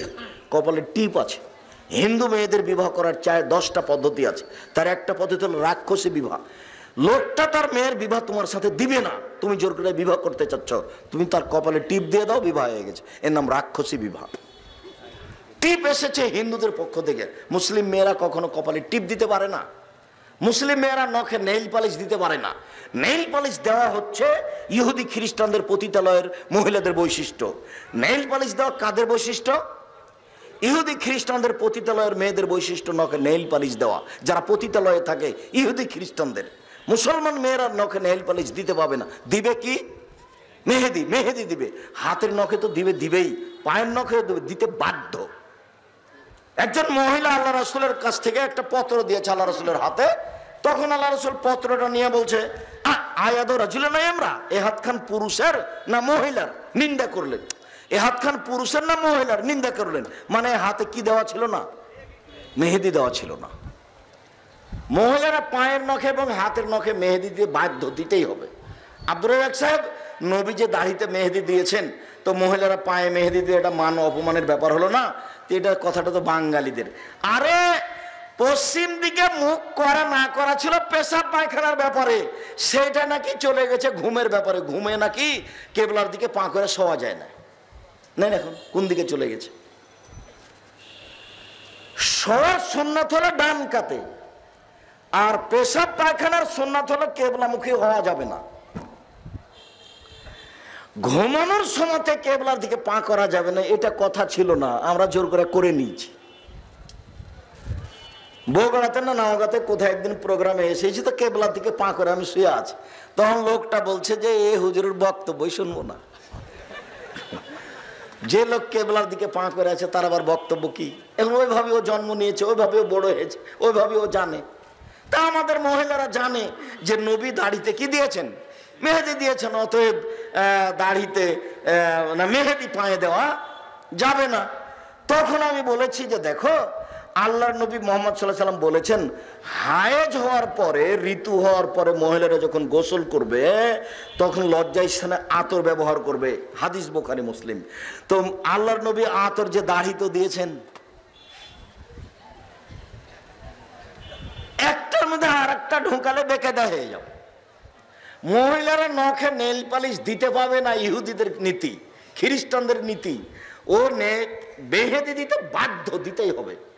পুরুষেরা দাড়ি পেকে গেলে, সাদা হয়ে গেলে মেহেদি দিয়ে লাল করে রাখতে হবে। কালো করা হারাম, দাড়ি কালো করা হারাম, মাথার চুল কালো করা হারাম। কালোকে আরো কালো করতে পারেন। মেয়েরা মাথার চুল কালোকে আরো কালো করতে পারে, কালো চুলকে এভাবে রং ঢং করতে পারে না। ভাবে মনে হচ্ছে যে জাহান্নামে চলে গেছে মহিলারা, এরকম মনে হচ্ছে। রাসূল সাল্লাল্লাহু আলাইহি ওয়াসাল্লাম বলছেন, আমি যখন জাহান্নাম দেখলাম তখন বেশিরভাগই জাহান্নাম দেখছে মহিলারা, বেশিরভাগই জাহান্নাম দেখছি মহিলারা। রাসূল সাল্লাল্লাহু আলাইহি ওয়াসাল্লাম বলছেন যে 2 শ্রেণীর মানুষ জাহান্নামে যাবে, ওদের আমি দেখিনি। তার এক শ্রেণীর মানুষ হচ্ছে নিশাউন, মহিলা, কাসিয়াতুন, কাপড় পরে থাকে, আরিয়াতুন, উলঙ্গ।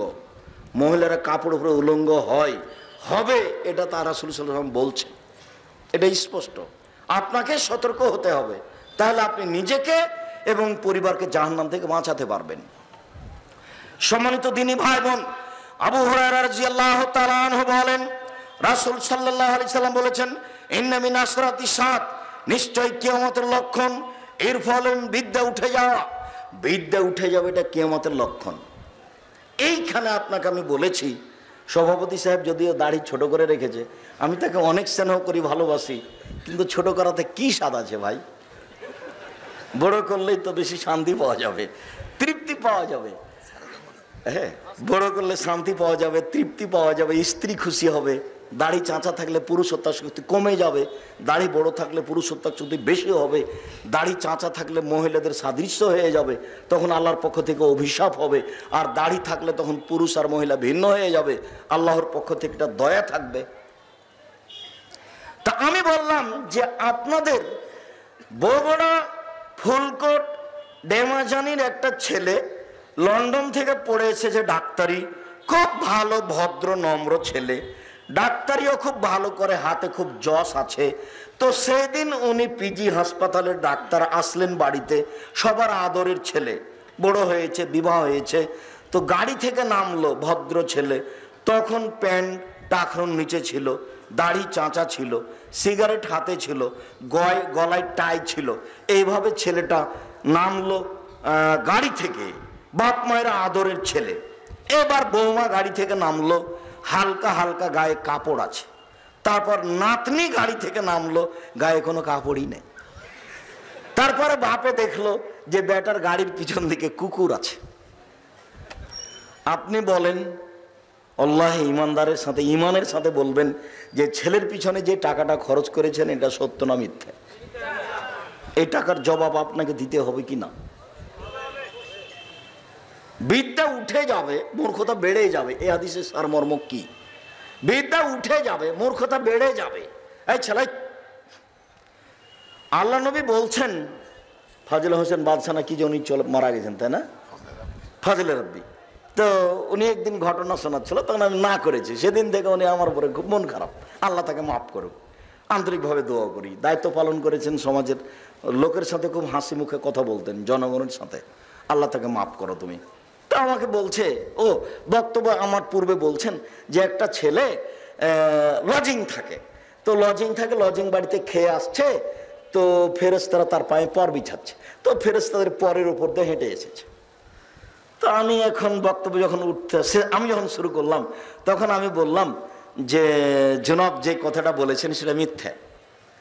কেন? ছেলের পায়ের নিচে ফেরেশতারা পর বিছায়, এই কথা ঠিক, কিন্তু ছেলে ফেরেশতাকে দেখতে পাবে না, এটা হতে পারে না। কবরের শাস্তি মানুষ দেখতে পারে না। ইমাম সাহেব বলে দিয়েছেন যে জনৈক ব্যক্তি মসজিদ থেকে বের হয়ে দেখলেন, কবর খুঁড়ে দেখলেন যে সাপ মানুষকে ধরে আছে। তারপরে বলছে এটা তোমরা পোস্টার করে বিজ্ঞাপন করে ছাপিয়ে ছাপিয়ে ছেড়ে দাও, সবই মিথ্যা। কবরের শাস্তি মানুষ কানেই শুনতে পারে না, দেখা তো বহুদূরের কথা। কবরের শাস্তি আপনার ওই করে, ওই অবস্থা নকল করে ভিডিওতে দেখা আরাম। সম্মানিত দিনী ভাই বোন, একেবারেই সম্পূর্ণ উল্টা। আমি বললাম, তোমার কথা বলছে ছেলে, তোমার কথাই বলছি। তুমি যাচ্ছ তোমাদের বগুড়া কলেজে, তোমার টাকনুর প্যান্ট, নিচে প্যান্ট আছে, দাড়ি চাঁচা আছে, তোমার হাতে একটা সিগারেট আছে, তুমি কলেজে যাচ্ছ, বলো তো তোমার পায়ের নিচে কি ফেরেশতা পর বিছাচ্ছে? তা আল্লাহ নবী যে বলছেন যে শিক্ষা অর্জন করে তার পায়ের নিচে ফেরেশতা পর বিছাই, হাদিস তো সত্য। তোমার বোন ফুলকোটে আছে, পড়াশোনা করে, ভালো মেধাবী মেয়ে, নগ্ন পোশাকে কলেজে যাচ্ছে, হাটে বাজারে চলে যাচ্ছে, ও যে পড়াশোনা করার জন্য যাচ্ছে, তো ওই মেয়েটার পায়ের নিচে কি ফেরেশতা পর বিছাচ্ছে? তা আল্লাহ নবী যে বলেছেন যে বিদ্যা অর্জন করে তার পিছনে ফেরেশতা পর বিছায়, কথা তো সত্য। আল্লাহ নবী বলছেন যে বিদ্যা অর্জন করে, ওর জন্য আকাশ ক্ষমা চায়, ওর জন্য জমিন ক্ষমা চায়, ওর জন্য পৃথিবীর সব কিছু পদার্থ, জড় পদার্থ সব কিছু তার জন্য ক্ষমা চায়। ও শিক্ষা অর্জন করছে তাই মাইকের এটা ক্ষমা চাচ্ছে, ও শিক্ষা অর্জন করছে তাই হাতের এই কাগজগুলো ক্ষমা চাচ্ছে, ওর জন্য ক্ষমা চাচ্ছে মাছের পানির পেটে মাছ, ওর জন্য ক্ষমা চাচ্ছে গর্তের মধ্যে পিপিলিকা। এইভাবে মুহাম্মদ সাল্লাল্লাহু আলাইহি ওয়াসাল্লাম বলেন। তো তোমার জন্য কি ফেরেশতারা ক্ষমা চাচ্ছে? তোমার কি ধারণা তোমার বোনের জন্য কি ফেরেশতারা ক্ষমা চাচ্ছে? দেখো, নিজের বুঝ আরেকবার উপরে চাপিয়ে দিও না। বিদ্যা উঠে যাবে, এটা কিয়ামতের লক্ষণ। মূর্খতা বেড়ে যাবে, বর্ষণ হবে, এটা কিয়ামতের লক্ষণ। আমরা জানি যে বৃষ্টি বর্ষণ হয়, কিন্তু মুহাম্মদ সাল্লাল্লাহু আলাইহি ওয়াসাল্লাম কি বলছেন? বলছেন যে মূর্খতা বর্ষণ হয়। এই অবাক কথা নয়? এই কোন কথা হলো? মূর্খতা কিভাবে বর্ষণ হয়? বৃষ্টি বর্ষণ হয়। মুহাম্মদ সাল্লাল্লাহু আলাইহি ওয়াসাল্লাম বলছেন যে মূর্খতা বর্ষণ হয়, তার মানে মানুষ পশু প্রাণীর মতো হয়ে যাবে। সভাপতি সাহেব বলছেন যে ভাই, জেনার আর মেয়ে পালিয়ে যাওয়ার বিচার করতে করতে আমি হয়রান হয়ে গেলাম। আর এই বাপে ছেলেকে জমি লিখে দিয়েছে, মাকে বেটিকে দেয়নি, হজ করতে গেছে। সম্মানিত দিনী ভাই বোন, তিনি বলেন 100 সাল খামরে মদ পান বেশি হয়ে যাবে, পৃথিবী ধ্বংসের লক্ষণ। তিনি বলেন 100 জেনা বেশি হয়ে যাবে, পৃথিবী ধ্বংসের লক্ষণ। জেনা হয়ে যাবে বেশি। তিনি বলছেন 1 রেজাল্ট, পুরুষ কমে যাবে, 100 নিসা মহিলা বেশি হয়ে যাবে। হাত্তা এখন খামসেন এমরাল কাইমুল ওয়াহিদ, একজন পুরুষের অধীনে থাকবে 50 জন নারী। 50 জন সংখ্যা নয়, একজন পুরুষের সাথে হাজারো নারীর জেনা হবে। এখানে হাজারো যুবক আছে যার শত নারীর সাথে জেনার সম্পর্ক আছে। তোমাকে আমি একটা কথা বলে আলোচনার শেষের দিকে চলে আসছে। এই ছেলে বসো। আপনি আমার দিনী বোন, আপনি আমার দিনী ভাই, আপনাকে আমি একটা কথা বলে রাখি, মদ পান বন্ধ করেন, জেনা বন্ধ করেন, প্রেমের গল্প বন্ধ করেন, কয়েকটা সুবিধা পাবেন। এক, বিচারের মাঠে আপনি বিশেষ ছায়াতলে থাকতে পাবেন। আজ থেকে আপনি মোবাইলে কোনো মেয়ের সাথে কথা বলিয়েন না, বলবেনই না। বলে তোমার সাথে আমি কথা বলবো না, শুলি হলে ফাঁসি হলে বলবো না। এটা ত্যাগ মানুষই করতে পারে না, গরু ছাগল পারে। মানুষই পারে, গরু ছাগল পারে না। ওর এই হিতাহিত জ্ঞান নেই, এই জন্য এ মানুষ। 1 নম্বর সুবিধা, তুমি যদি এই গল্প বন্ধ করতে পারো। এই মেয়ে তোমাকে বলছে, এই মেয়ে তোমাকেও বলছে, এদিকে খেয়াল করো, গল্প করছো কেন, শরম করো না কেন? 2, আজ থেকে যদি তুমি মোবাইলে এই জেনা বন্ধ করতে পারো, গোপন পাপ বন্ধ করতে পারো, পৃথিবীর যে কোনো বিপদ থেকে বেঁচে যাওয়া, যে কোনো বিপদ থেকে বেঁচে যাওয়া। প্রমাণ, ওই যে তোমার জানা আছে 3 জন লোক রাস্তায় হাঁটছিল, হাঁটতে হাঁটতে বৃষ্টি আসলো, তখন ওরা একটা পাহাড়ের গর্তে ঢুকে গেল। গর্তে ঢুকতে একটা বড় পাথর এসে মুখের উপরে পড়লো। তো ওরা বলছে যে আমরা তো এত বড় পাথর সরাতে পারবো না। তখন একজন বলছে, আল্লাহ, আমি আমার বাপ মাকে ভালোবাসতাম, পাথরটা একটু সরিয়ে দাও। তা আল্লাহ বলছেন দিলাম। আর একজন বলছে, আল্লাহ, আমি একটা লোককে কাজে নিয়েছিলাম, অর্ধেক দিন কাজ করার পরে মন খারাপ করে চলে গেল। আমি বললাম অর্ধেক দিনের টাকা নেও, তো টাকাটা নিল না, চলে গেল। তো আমি তার টাকাটা বাড়াতে থাকলাম। অনেকদিন পরে এসে বলছে আমার অর্ধেক দিনের টাকাটা দেন কাজ করার। তা আমি বললাম এগুলো সব গরু ছাগল নিয়ে যাও। তা আমাকে বলছে মজাক করবেন না, অর্ধেক দিনের টাকা চেয়েছি, আপনি আমাকে সব দিবেন কেন? মজাক করেন না আপনি আমার সাথে, আমি 1 দিনের টাকা চাই, অর্ধেক দিনের। তখন আমি বললাম না, তোমার সাথে মজাক করিনি, সব তুমি নিয়ে চলে যাও। তো সব নিয়ে চলে গেল। তা আমি এটা তার ভালোর জন্য করেছি, তোমাকে সন্তুষ্ট করার জন্য করেছি, তাহলে তুমি একটু পাথরটা সরিয়ে দাও। তা আল্লাহ বলছেন দিলাম। তার একজন বলছে, আল্লাহ, আমি আমার চাচাতো বোনের সাথে জেনা করতে চেয়েছিলাম। তা আমার চাচাতো বোন শর্ত লাগিয়েছিল যে 100টা স্বর্ণ মুদ্রা দিতে হবে। আমি গরিব মানুষ, 100টা স্বর্ণ মুদ্রা সংগ্রহ করতে পারবো না, এটা আমার চাচাতো বোনের ধারণা। তো আমি অনেক কষ্ট করে 100টা স্বর্ণ মুদ্রা সংগ্রহ করে আমার চাচাতো বোনকে দিলাম। এবার আমি জেনা করতে বসেছি। তখন আমার চাচাতো বোন বলছে, দেখ রে, তুই আমাকে অসতী প্রমাণ করিস না, আল্লাহকে ভয় কর, যেহেতু আদার মধ্যে পড়ে গেছে। তখন এই কথা বলছে। তখন উনি বলছেন, কুনতু আনহা, আমি জেনা করিনি, আমি উঠে গেছি। এটা যদি তোমার ভয় করে থাকি তাহলে পাথরটা সরিয়ে দাও। তা আল্লাহ বলেছে ঠিক আছে, সরিয়ে দিলাম। তুমি জেনা বন্ধ করো, তুমি জেনার পথ বন্ধ করো, তোমার সব পথ সহজ হয়ে যাবে। আরেকটা জিনিস ভালো করে মনে রাখবেন, জেনা হলে কিন্তু রুজি কমে যাবে, জেনা হলে কিন্তু চাকরিচ্যুত হয়ে যাবে, জেনা হলে কিন্তু ব্যবসায় মায়ের খাবে। এই কথা মুহাম্মদ সাল্লাল্লাহু আলাইহি ওয়াসাল্লাম বলেছেন।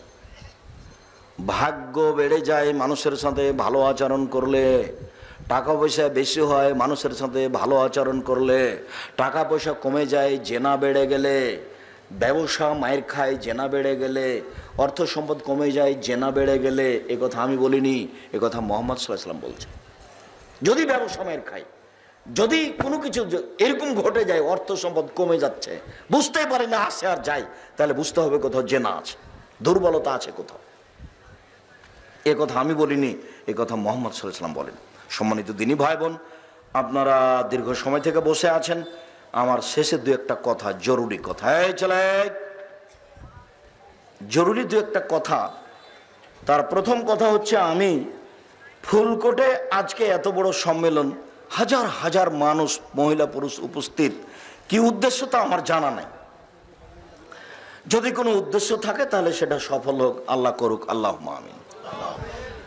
আমার পক্ষ থেকে 2-3টে কথা থাকছে। আমি জাতিকে ধর্মের নামে ফাঁকি দিইনি, দিব না।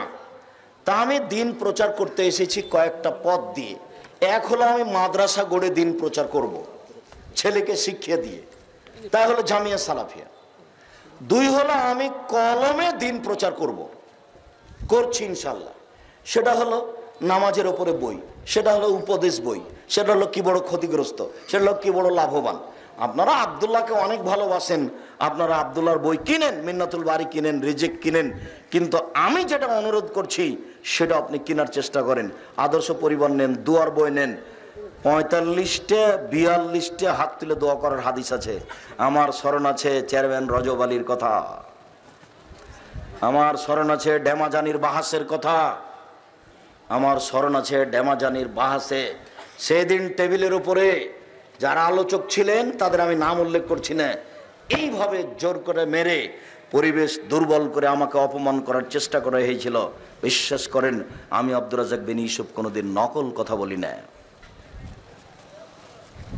আমি দুয়ার বইয়ে 42টা হাদিস পেশ করেছি হাত তুলে দোয়া করার, এবং কোথায় কোথায় হাত তুলে দোয়া করতে হবে সেটা আমি স্পষ্ট করেছি।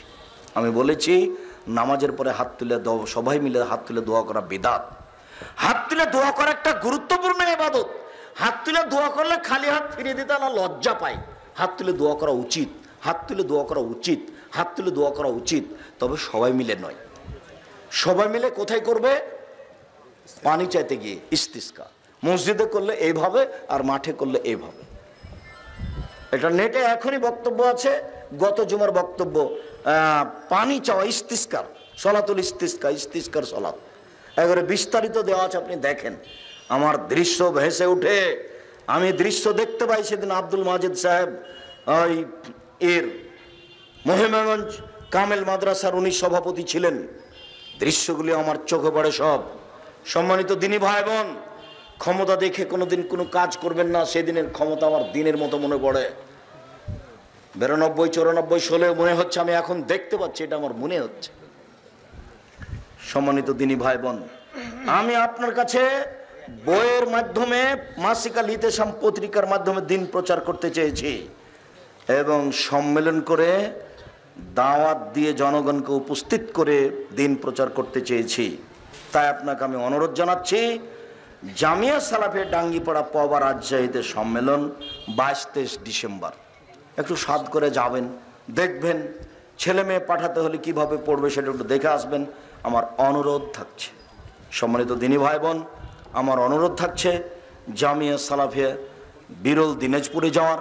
আমার অনুরোধ থাকছে জামিয়া সালাফিয়া রূপগঞ্জ, নারায়ণগঞ্জ, ঢাকা যাওয়ার, বিশাল প্রতিষ্ঠান। আর অনুরোধ থাকছে সবাকে বই পুস্তক নিয়ে যাওয়ার। অন্তত মাসিক আল ইতেসাম পত্রিকা হচ্ছে জামিয়া সালাফের মুখপাত্র পত্রিকা। আর নতুন একটা বই হয়েছে হজের উপরে, আর নতুন একটা বই হয়েছে পোশাকের উপরে।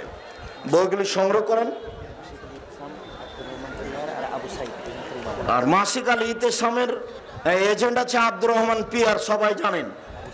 আর আবু সাইদ এখানকার। বইগুলি কোথায় আছে আমি জানি না, যেখানে আছে সেখান থেকে সংগ্রহ করে। ও আমার হাতের বাম দিকে আছে, ওটা একটু পড়বেন। চেয়ারম্যান সাহেবটা আগে পড়ি। আচ্ছা 1 মিনিট বলেন।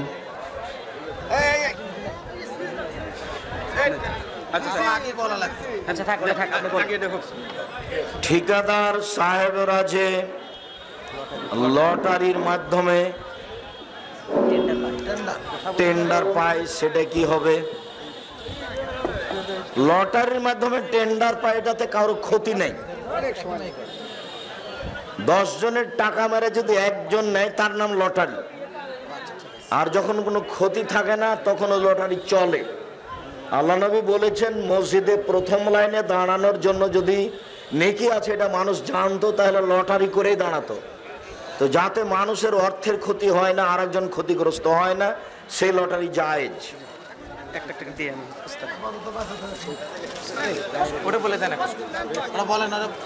তারাবি সালাত এশার সালাতের সঙ্গে পড়া যাবে কি? যাবে। এশার সালাতের পর থেকে নিয়ে ফজর পর্যন্ত সময়ে, তারাবির সালাতের সময় বলেন বলেন ছোট্ট করে বলেন। আগামী 18 এবং 19 নভেম্বর দুদিনব্যাপী সম্মেলন কলকাতার বেলেদিঘি মাদ্রাসায়। সেখানে প্রথম দিনে আছেন আব্দুল নূর মাদানী এবং আব্দুল্লাহ নাসের। দ্বিতীয় দিনে শেখ আব্দুল রাজ্জাক বিন ইউসুফ এবং রেজাউল করিম আজকের দিনের দ্বিতীয় বক্তা ছিলেন। আপনারা যাওয়ার চেষ্টা করবেন 18 এবং 19 নভেম্বর বেলেদিঘি। 3রা ডিসেম্বর চুটিনগর মহিলা মাদ্রাসা, সেখানে 3রা ডিসেম্বর ইনি প্রধান বক্তা, আর আব্দুল নূর মাদানী উনি দ্বিতীয় বক্তা এবং আব্দুল্লাহ নাসের উনিও তৃতীয় বক্তা সেখানে আছেন। 3রা ডিসেম্বর। শায়েখ, আমি একটা মেয়েকে পছন্দ করি, সে ছাড়া অন্য কাউকে বিয়ে করব না। তোমার এই উদ্দেশ্যটা নোংরা। ওর চেয়ে শতগুণের ভালো মেয়ে দুনিয়াতে আছে। তুমি এইটা মাথায় নিলে কেন? এতে তুমি তো পাপের মধ্যে পড়ে যাবে। তুমি আল্লাহকে বলো যে আল্লাহ তুমি আমার ভালো মেয়ের ব্যবস্থা করে দাও, যে ক্ষতিগ্রস্ত নয়। আরে বোকা ছেলে, যে তোমার সাথে দুর্বল সম্পর্ক আছে অন্য জায়গাতেও রাখে। অতএব তুমি ভুল বুঝেছ, কোনোদিন এটা মাথায় নিয়ে আসিও না। হুজুর, মসজিদের নেম প্লেটে জমিদাতা প্রতিষ্ঠাতা লেখা যাবে কি? নাম লেখা যাবে কি? জি না। ব্যক্তির নাম লিখলে ছেলেমেয়েরা অহংকার করবে, বাপও জাহান্নামে যাবে, ছেলেরাও যাবে। ব্যক্তির নাম লেখা যাবে কি? ব্যক্তির নাম লেখা যাবে না। মসজিদে ব্যক্তির নামে করা যায়, কিন্তু বলা যাবে না, লেখা যাবে না। শেষে সবাই জাহান্নামে চলে যাবে। জি, আমার বাপের নাম লেখা আছে, আপনি দেখেননি? বেকায়দায় পড়ে যাবে। খালি ওটাতে ওর বাপ, ছেলে, মেয়ে, বংশ সবাই বেকায়দায় পড়বে। কথায় কথায় ওটা বলবে। যাদের স্বামী দেশের বাইরে থাকে তারা ভিডিও কলে স্বামীর সামনে বিবস্ত্র হতে পারবে কি? হতে পারবে। শোনা যাচ্ছে যে 2023 সালে নাকি সারা বিশ্বে দুর্ভিক্ষ দেখা দিবে। আগের কথাটাতে একটা কথা থাকলো, মিডিয়াতে যে ছবিটা আসছে সেই ছবি আর একজনের কাছে ধরা পড়ে। যদি আর একজনের কাছে ধরা পড়ে তাহলে এটা যাবে না। যদি স্বামী স্ত্রী ছাড়া অন্য কেউ এই ছবি ধরতে পারবে না তাহলে যেতে পারে। এই অবস্থায় দুর্ভিক্ষ থেকে বাঁচতে মুসলমানের করণীয় কি? আল্লাহকে বলবে তুমি বিপদ থেকে বাঁচাও, আল্লাহ এই বিপদ আমাদের উপরে দিও না। আমার ছেলের বয়স 4 বছর 8 মাস। সে দৈনিক 4 ওয়াক্ত নামাজ আদায় করে, কিন্তু তার অনেক জিদ। তাই অনেকে বলে সে যে এখন মুসলমান হয় নাই, তাকে মসজিদে যাইবার দরকার নেই। ও বড় হয়নি নাকি? ও না, দরকার নাই এখনো। 7 বছর আগে ওকে নিয়ে পিড়াপিড়ি করবেন না। 7 বছরের আগে বাচ্চাকে নিয়ে পিড়াপিড়ি করবেন না অযথা। ছোট বাচ্চাকে হ্যান্ড মানে হাত, হেড মাথা এগুলো শিখায়েন না। মাইকেল মধুসূদন দত্ত 10 বছর বয়সে ইংরেজি শিখেনি। যখন উনি বলেছিলেন আমি লন্ডনীদের হারিয়ে দেবো ইংরেজি ভাষা দিয়ে, তখন তার বয়স অন্তত 40-45। উনি বলেছিলেন নিজ দেশের ঠাকুর ভিন দেশের কুকুর, যে সফলতা অর্জন করতে পারেননি। এগুলো পিড়ে করিয়েন না। 7 বছর বয়সে ছেলেকে সলাৎ শিখাবেন, 10 বছর বয়সে পিটন। হুজুর, কোন মহিলার স্বামী মারা গেলে ভাসুরের সাথে কি বিবাহ বৈধ? জি, দেবরের সাথেও বৈধ, ভাসুরের সাথেও বৈধ। কেউ খালি যাবেন না, বইগুলি সবাই নিয়ে যাবেন। আদর্শ পরিবার, আদর্শ নারী, বক্তা শ্রোতার পরিচয়, শেষ পর্যন্ত মাসিক আল ইতেসাম। নিজের কাছে টাকা না থাকলে অন্যের কাছে টাকা নিয়ে যাবেন। মাসিক আল ইতেসামের সাথে আমার অনেক শ্রম, অনেক সাধনা, অনেক ব্যয়বহুল পয়সা খরচ। আসসালামু আলাইকুম। সম্মানিত শায়েখ, আপনি তো পিস টিভির আলোচক। পিস টিভি বন্ধ হয়ে গেল কেন? তুমি আমার চেয়ে বেশি জানো। পিতা মারা যাওয়ার পর তার ছেলেরা নিজেদের বোনদেরকে বঞ্চিত করে। যারা বঞ্চিত করে তারা জাহান্নামে যাবে। তারা মানুষের টাকা মেরে খায়, মানুষের হক নষ্ট করে, ও শয়তান। শেখ আপনি বলেছেন ছেলে অথবা মেয়ের আকিকা দিতে হয় সপ্তম দিনে, কিন্তু শেখ আকরামুজ্জামান বলেছেন সপ্তম দিনেই, আগেও নয় পরেও নয়। সালাতের পর কোনটা আগে বলতে হবে? সালাতের পর কোনটা আগে বলতে হবে? দোয়া না তাসবিহ? কেমন কথা? আল্লাহু আকবার, আস্তাগফিরুল্লাহ, আস্তাগফিরুল্লাহ, আল্লাহু আনতাস সালাম, আমিনকাস সালাম, তারপরে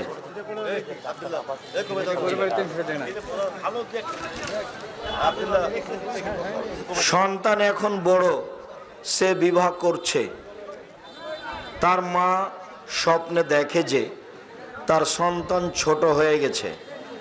এই স্বপ্নের কোনো দাম নেই। শেখ, বগল বা নাভির নিচের লোম বিট বা লোমনাশক ক্রিম দিয়ে পরিষ্কার করা যাবে? জি যাবে, তবে বগলের লোম উঠিয়ে ফেলা সুন্নাত। নিচের লোম যেভাবে করবেন করেন। নিচের লোমে লোমনাশক তেল নারী পুরুষ সবাই ব্যবহার করতে পারে, তবে বগলের লোম উঠিয়ে ফেলা সুন্নাত। শিশুরা যদি 6 বৎসর 6 মাস বয়সে মারা যায়, তাদের কি কবরের আযাব হবে? জি না। সূরা বাকারার শেষ 2 আয়াত সালাতে তেলাওয়াত করলে কি ইমাম কেউ শেষে আমিন বলতে হবে? জি না, আমিন বলার হাদিস জয়ী। মানুষের বদনাম করলে কি করে ক্ষমা হবে? যার বদনাম করা হয়েছে তার হাত ধরে ক্ষমা নিতে হবে। হানাফি মাযহাবের ভাইরা নামাজে কাতার ফাঁক ফাঁক করে দাঁড়ায় কেন? কেনর উত্তর আছে। ফাঁক করে যারা দাঁড়ানো জায়েজ নয়, ওটা তো আপনাকে আমি বলেছি।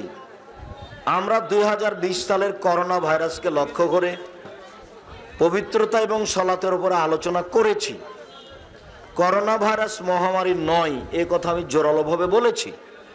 করোনা ভাইরাস ছোঁয়াচে রোগ নয়, এ কথা বলেছি। তো করোনা ভাইরাস কি? তো করোনা ভাইরাস বিপদ। তো কি করতে হবে? ক্ষমা চাইতে হবে, জিকির করতে হবে, দান করতে হবে, সালাত আদায় করতে হবে।